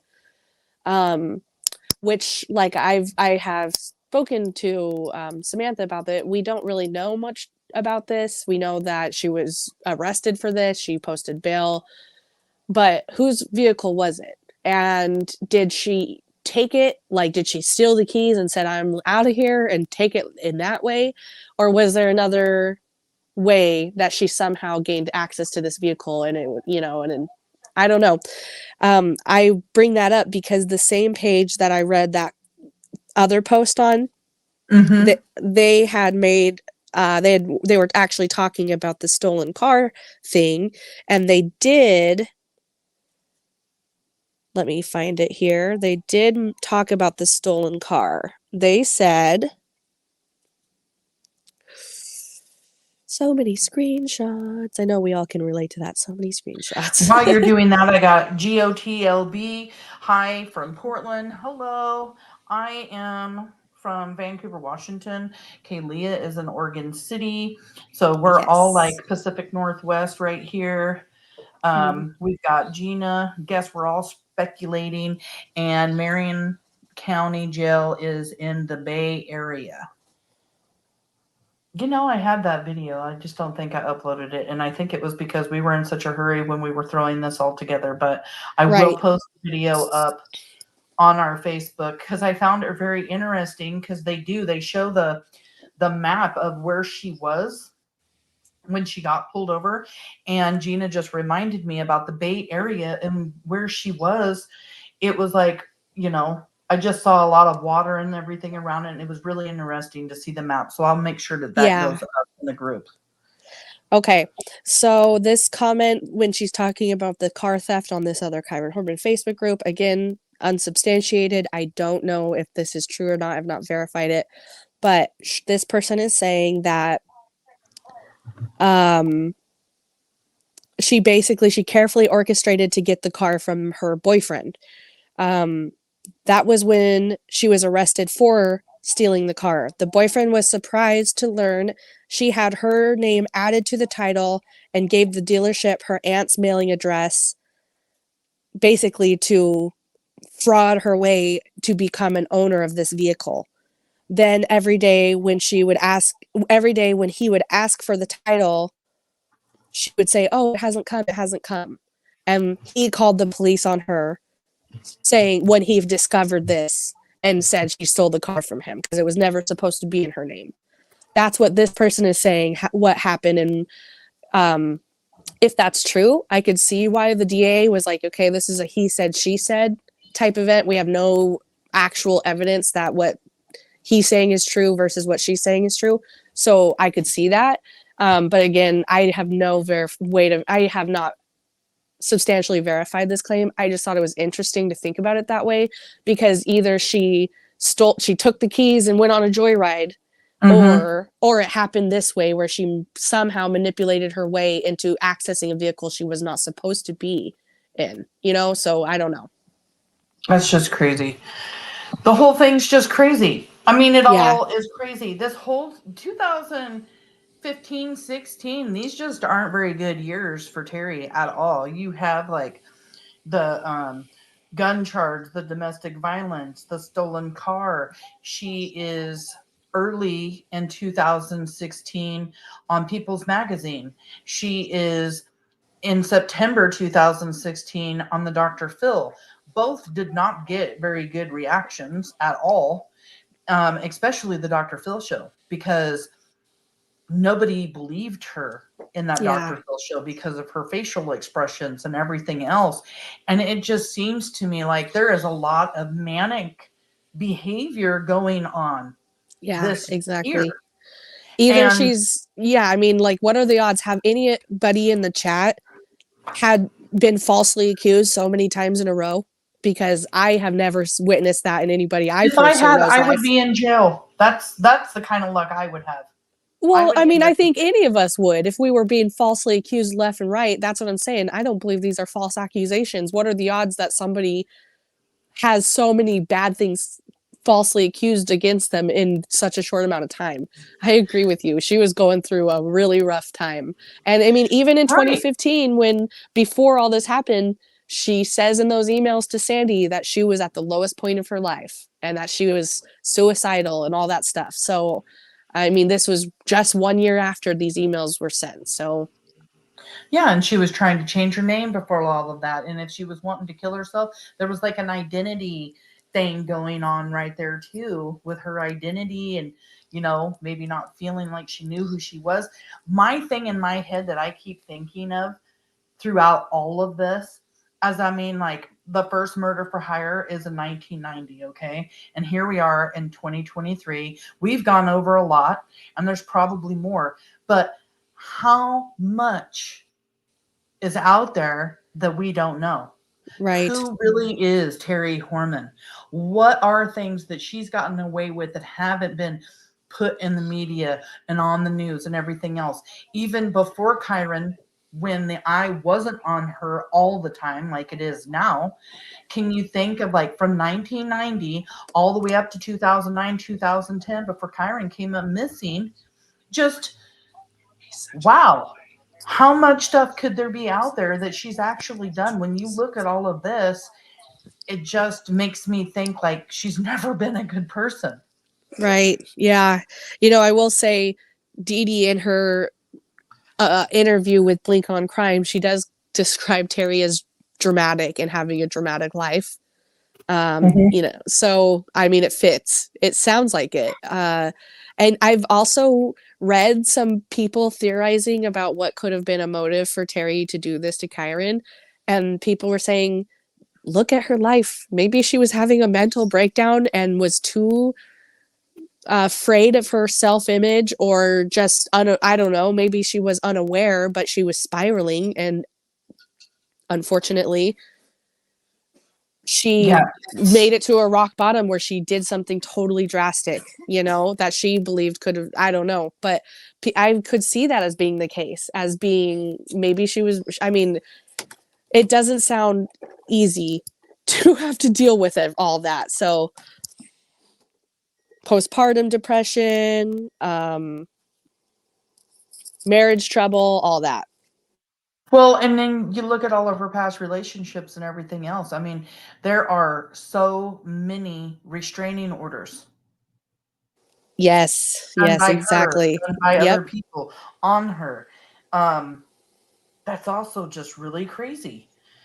And yeah, that just brings us into somebody else. His name's Scott Williams, an ex down in California. In 2018, he sues Terri, and Terri ends up filing for a restraining order.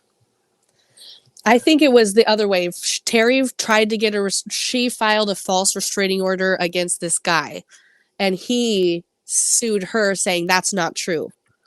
Oh, okay, gotcha. Yeah, So I wrote it down backwards. Yeah, he said that that's not true, and if you put that Stacey Green thing back on there, I can read it, what she posted about this. This is Scott Williams. Scott Michael Williams, sorry. He has 3 first names. That always gets me. Here on this post that Stacey writes about this, she said, yes, Terri did file a restraining order against Scott. He turned around and filed a small claims case against her. It's hard for Terri to say she is innocent when she has constantly refused to testify under oath in so many different court cases.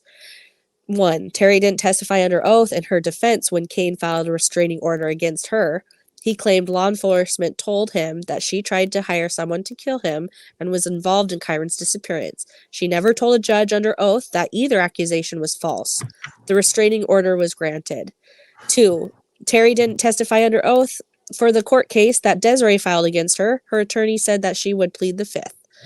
3, Terri didn't testify under oath when the divorce court case. Her attorney said she would plead the 5th to preserve her freedom. 4, Terri didn't testify under oath for the child custody case. She has never met with a counselor to discuss Kiren, which was one of the requirements to gain even strictly supervised visitations. 5, Terri didn't testify under oath when her ex, Joseph, filed a restraining order against her. She never testified that his allegations were false and didn't even show up in court. The domestic violence restraining order was granted. In Terri's world, everyone she ever met is lying, and she is the perpetual victim. It's mind-boggling that there are people who actually believe she is the victim with violent history. So what Stacey Green is saying is that basically she filed this restraining order against him, and he turned around and said, no, that's not true, and filed a civil case against her to combat her false. I don't know if he like sought defamation or slander or what the damages that he was suing her for, but he turned around and said, F you, I'm going to sue you back because that's not true. And that's what I would do if somebody was putting me in that position. Exactly. I mean, and here is another man. Here is another restraining order. Here is another domestic dispute. And yeah, it's just all crazy. Like, there's just so much that I feel is out there that actually shows her true self. Yeah. And yet she is getting away with everything all the time, never getting in trouble, and then the biggest one out of them all, of course, is Kyron Horman. Right. Yeah, that's one of my biggest motivating factors for advocacy for Kiren, is that, just like you mentioned earlier in the live, at one point you feel like you were misled. And I totally relate to that. And that's one of my biggest motivating factors is I will always seek what I'm able to verify and advocate for that for Kyron, because in my opinion, I mean, all the signs point to Terri, and the fact that she's gotten away with it for this long, and then now 13 years later, there's people that are being misled to believe that she doesn't have these red flags and that she doesn't have these issues around her, or, you know, all of these things that she's done. There's this convenient excuse as to why she never has any accountability for her actions.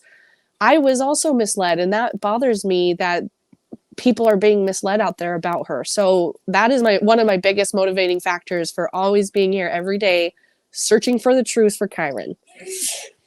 Yeah, and you know, that's just one of my new motivators, but you know, just watching everything unfold, I think, and it just being locally and just remembering everything that I saw at the time. It was really overwhelming to see all of it. And I don't know how many people are out there that actually, you know, saw everything literally unfold before their eyes, but all of the searching going on, every time you looked on the news, there he was his face. That smile literally can bright up a room. I don't care. It's the most beautiful smile I think I've ever seen in my life. It really drew me in. Me too. To see all of the people in the community that came together to support the parents, to look for Kyron. I mean, they were turning people away all of the time. Like, we cannot use any more food. You know, we can't use any more volunteers. We having to literally turn people away because so many people in the community came forward. Right. You know, he really, I mean, this case, I've heard somebody describe it as it's a wound for so many. It's a wound for the community. And yes, I mean, Kyron's parents' wound is obviously so much bigger than all of ours, but I think we can all relate to that we do feel that sense of pain, that we all want to see resolution for this because he deserves it. And it did impact all of us in a way where, I mean, I was younger when he went missing. I was still in school myself. I was not graduated high school. And I remember even back then, I still had this sense of fear. You know, I mean, I was older, I was in high school at the time, but I had fear about him being missing and what happened to him. And I definitely relate to it. It feels like a community-wide wound that we all want to see healed by finding Kyron and seeking justice for him.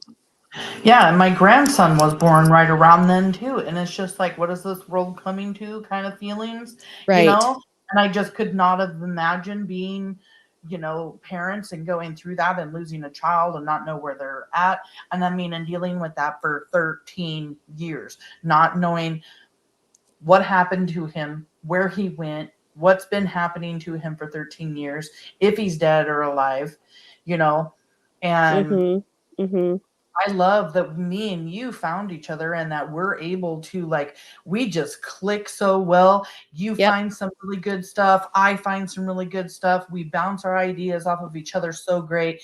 And, you know, everything I feel like happens for a reason. Me too. You know? And I was able to start this group. Other admins left. You came.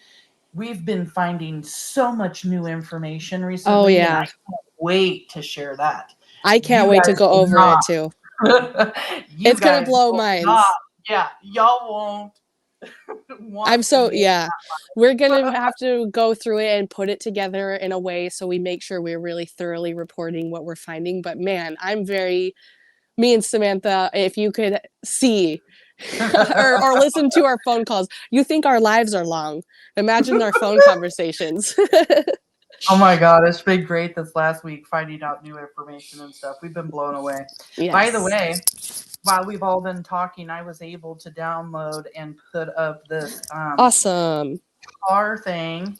Sweet. Good. On one of my leave. Look at me, Kaylia. I'm I know. multitasking. Oh my gosh, you're even better because you know what? I don't think I would be able to figure out that end of things. So I'm just grateful you are taking charge on I that. literally just like uploaded everything over there, downloaded it on my phone, then my computer, have it up now. It's so cool. Now, learning how to multitask. Yes. Hold on one second. I'll throw this up. Okay. Live in the newsroom. Kyle, catch us up. Chris, police in Marin County booked Terri Horman in jail this afternoon. Jail officials declined to release a mugshot, but an online jail log shows she was arrested just before 1:30 this afternoon. More trouble for Terri Horman. According to jail records, Horman was stopped in a residential area by police in Belvedere, California. That's just outside of San Francisco. She was booked for driving a stolen vehicle.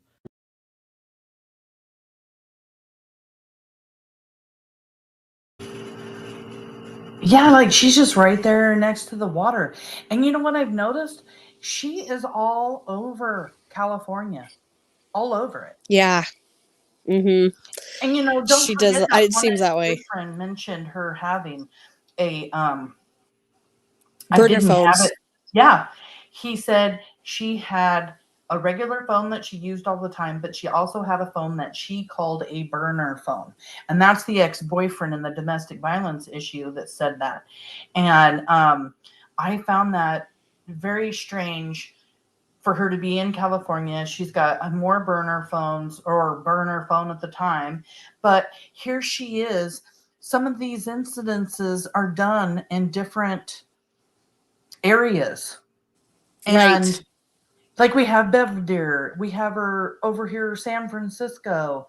Where's she living at now? I forgot. It just like she lives in a city called Clear Lake, California. That's right. And it's a cute little town, but you know, when you look it up, it seems like some of the residential streets are still gravel streets and stuff. So it's not like a big city. But she likes to spend time in bigger cities. So she'll go, like you mentioned, out away from where she lives, and that's where she's doing a lot of her living and stuff like that. Yeah, I'm just like sitting here.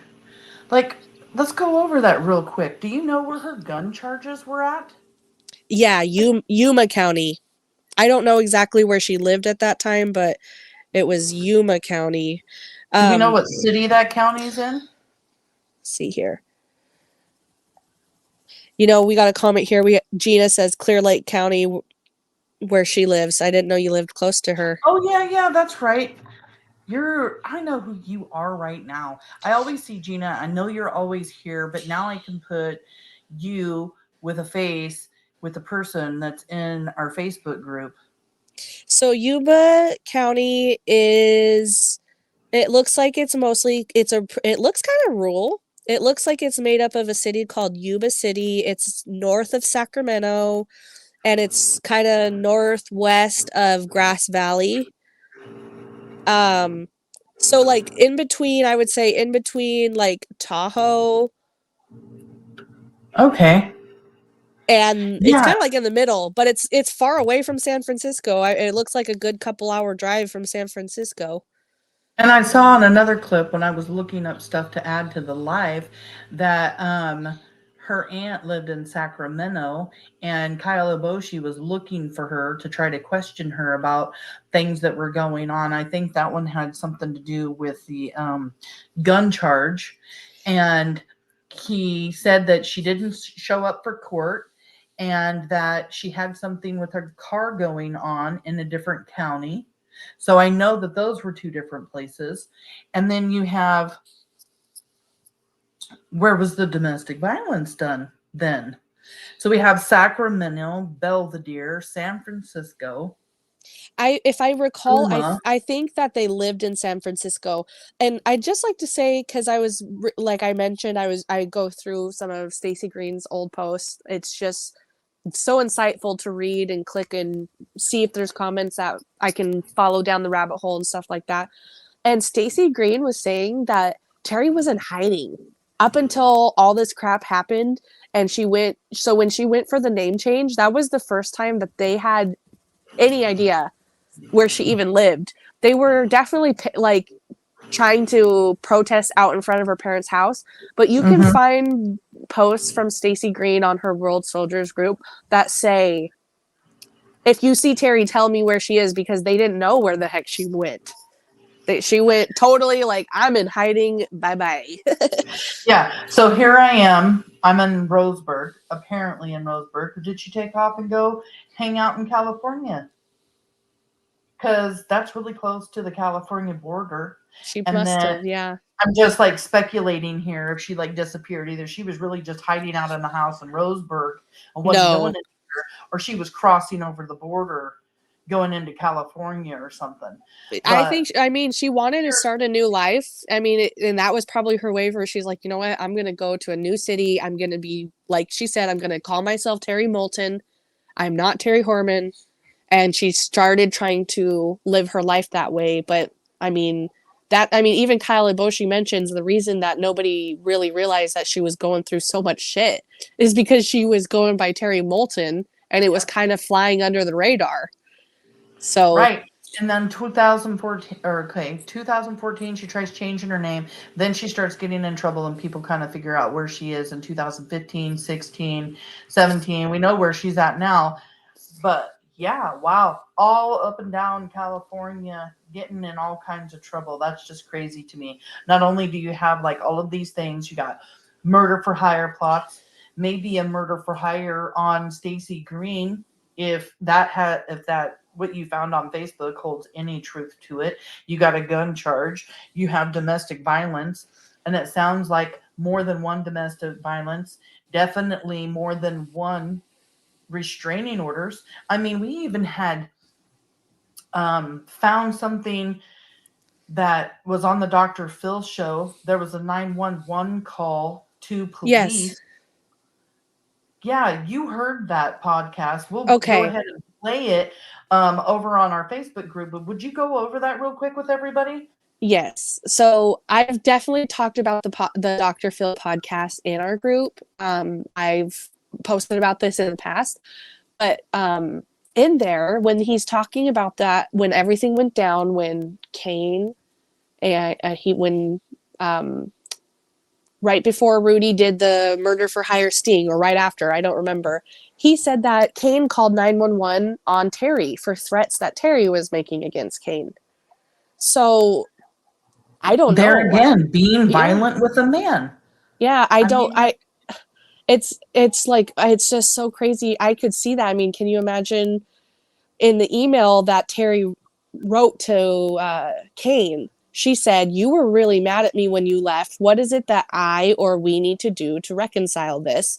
And it sounds like, it was some big blowout fight, and maybe he called 911 before he left saying, I don't know. I don't have access to that, but Dr. Phil said that on his podcast, and I will get a screen recording and put it in our group so we can all listen to it together. I just thought it was really telling that Kaine himself made a 911 phone call, that the 911 call mentions a threat, and the only people that are in the house at the time are him, Terri, and the baby. Yeah. So threat had, if he's one making the phone call, threat had to been from Terri. So he's being threatened, and it's just like, God, what was she threatening him with? See, I mean, if you think about it, how did this whole sting go down? Because did Kaine come back, or did he leave and the police said, maybe this fight happened and he left, and then that's when the police are like, all right, we're going to take our chance, and we're going to tell Kaine, and we're going to get him on board with this, and they're going to go do the sting, and he never talked to her again. I mean, it's just hard for me to imagine being told by police that this person tried to hire somebody to murder me, and then going to the house without police being there and like having a conversation with her. I just don't see it happening that way. I mean, I watch a lot of true crime, and I've watched some where, people try to hire people to murder other people. And police don't normally just send them back in without being wired, or maybe he was wired. Maybe that is why he went in. I don't know. But if you were truly scared, I wouldn't want to put myself in that position. Yeah, and he could, maybe that all the threats coming from her was because he was saying, like, I'm leaving. and he was there to get his stuff. I mean, at some point he has to get his stuff and leave, right? Maybe that's when it was going down. I think, I don't want to be quoted on this 100%, because I don't know if it is fact, but I thought they did the sting, and then when the sting didn't work is when he moved out. So that's why I'm wondering if that's why there could have been some kind of threatening going on, you know, as far as like from her, because she's mad that he's leaving. It just seems unstable, because if you're going to be accused of wanting to murder me, and then you're going to be the one being mad at me, you know what I mean, and threatening me, it just is crazy. I just don't know. It's hard. When I try to put myself in the moment of this happening and trying to envision, like, what is the most natural way this would have happened, it's just interesting to me. Like, yeah, definitely interested to know how that all went down at the time. But Kaine, he put it in his restraining order. I believe she tried to kill me. She tried to have someone murdered me, and I believe she's responsible for Kyron's disappearance. And he still maintains that. Yep. Yeah, he does. I just want to go over everything we've gone over in here. We have more people here than we did earlier. Seems like more people are like some night owls like I am. So I'm just going to go over things quickly. We have the murder for hire plot against her ex-boyfriend in 1990. He was flown in to Portland by the police to come and go before the grand jury. They took him to the park where he was. They were eating Chinese food. Some guy comes out of the bushes, points a gun at him. Terri says, "He's here for you." Boyfriend runs off. I don't think shots were fired, but he came forward after law enforcement looked for him in 2011, talking to him just to find out information about Terri, and then ends up telling them about this story. So they find out about another murder for hire plot. Then you have the murder for hire plot that we just went over with Kaine. And then she marries Richard Ecker, which is her ex, in 1996. He adopts James, and then they divorce, and he's paying $169 a month in child support. And after they split up in 2002, and then she takes him back to court to get even more money from him, $550 a month. And he said something like she ended up getting estimated amount of money as $46,000 in child support for a boy that he adopted that isn't his, because his father gave up rights, even though James goes back and lives with his dad, and even though she sends him off to go live with the grandparents. I mean, she's collecting this money, and she wasn't taking care of him. And then you have her driving drunk with James in the car. She's blowing 3 times the legal limit in Oregon State. It's just crazy. James is only 11 years old when she's in the car. And then in 2000, and that was in 2005. And let's see, we have her trying to change her name to Claire Sullivan. And I don't know if anybody else has heard of it. I looked up the information today. There's this book written by Ann Pigeon, and the name of the book is Burn. But there is a character in the book. Her name's Claire Sullivan, and she's a woman who was wanted by the FBI in Seattle for the murder of her husband and 2 daughters. And then there's like some sex trafficking schemes and kidnapping going on. And those are just 2 things that ended up being speculated about in the Kyron Horman case. So I found this whole book thing to be really interesting, and lots of people have talked about it on Facebook groups and everything else. And then in 2015, we have a gun charge. So August of 2015, Terri steals a gun from her roommate. And in July of 2016, a year later, she's pulled over for speeding, and she has that gun in her possession. She also has a warrant for her arrest, and her warrant for her arrest is for stealing the gun that she has on her. And Terri Horman's not even supposed to have a gun, because in the custody hearing, she was told you can't have firearms. And here she is, and she gets away with it. They actually say that the jury finds her not guilty, and they say, you know, we just couldn't determine whether or not she was going to actually keep the gun or not. And it's like, what are you talking about? She had the gun for a year. Blows my mind. Then you have her domestic violence going on in 2016, where she holds a knife up to her boyfriend's face, telling him, you know, threatening your family. You can't call the cops. And wow, I mean, holding a knife, having a gun, this is just very telling about her attitude, her anger. And then you have in 2016 in December, she's stealing a gun. You also have her on TV shows and People Magazine, on Dr. Phil's show in 2016 as well. Those didn't go well. She's got very manic behavior going on in this 2016, 15, 16. Okay, so then you have, you know, Scott Williams suing her for because Terry's wanting to file a restraining order against him. Mm-hmm. Oh, and don't forget about the money that she steals from her best friend's son. That is his retirement money. And she also ends up sleeping with her best friend's son. Can you believe that? And I mean, this is why this live was called Terri Horman Scandals and Complex Life. I mean, because it literally is huge scandals. We've spoken before during the show.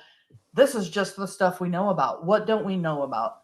Mm-hmm. If this is the kind of person that she is, that the media has found out about, or even, you know, and let's not forget Kiren in 2010, he's missing. They're looking at her. They're looking at Dede Spicher. You know, never been called a person of interest or a suspect, but we all know she's a person of interest. We can call her that. She's the only person that's been sought out this entire time. They ruled out so many people. Over 500 people were ruled out. The only people not ruled out is Terri and Dede. Mm-hmm. And they looked into pedophiles. They did polygraphs on pedophiles. All of them passed their polygraph. Terri didn't pass her polygraph tests. So frustrating. You know, Desiree says that her GPS records didn't match up with where she said that she was that day. You know, we've caught her in many, many, many, many lies.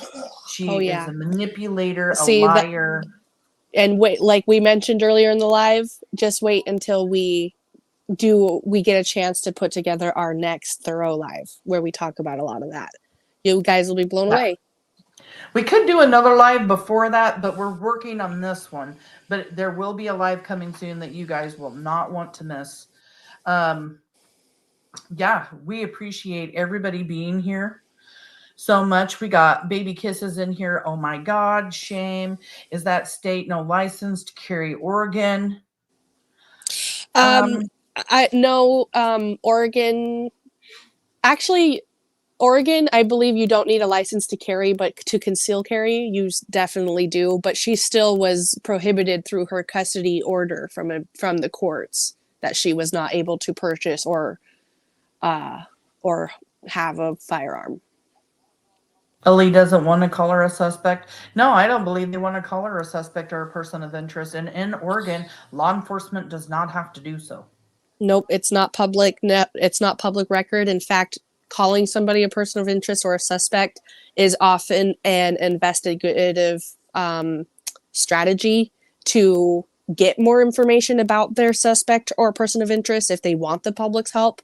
But clearly, they don't want our help. They're like, dude, we know what happened, and we are trying to keep a lid on this to try to, I mean, if otherwise they would have been, you know, calling her that publicly and all that, but they know, and we know, because she was the subject of multiple grand juries. So even though they've never publicly called her one, we all know she was one. Yep.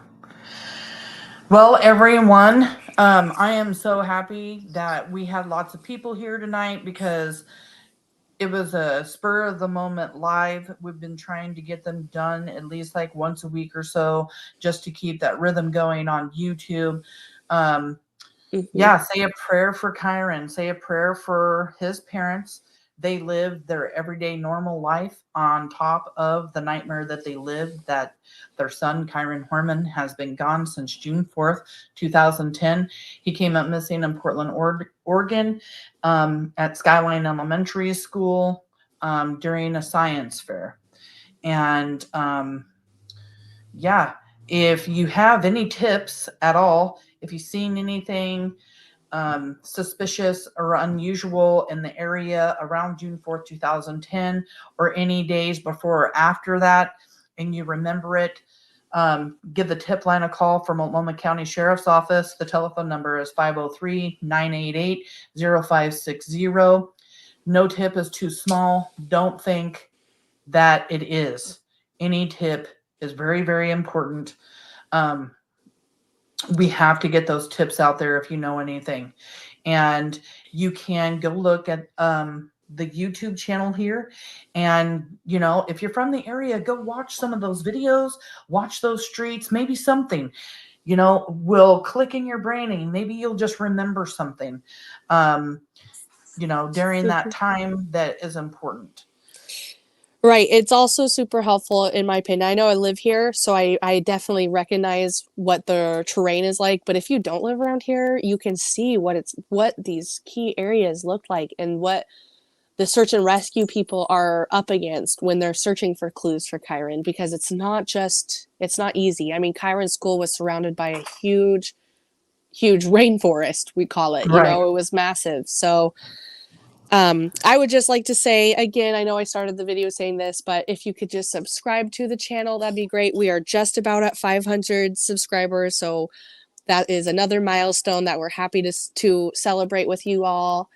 And I love going live with you all. It's so fun. I love the engagement in the comments, and just being able to bring this information forward in these, you know, kind of these focused lives are really nice for me, because then like it's all just dedicated to one topic and we can present all this information in one place. And again, I just appreciate everyone for being here with us. It just makes it so fun, and I hope you all have a good weekend. Yep, and I appreciate you for being here with me, Kalia. You've turned out to be an amazing partner. I look forward to many, many, many more lives. I'm glad Me that too. you've into the team admin now on our Facebook group. Thank Kyron you. Horman case, Kyron Horman case revisited discussions and case studies.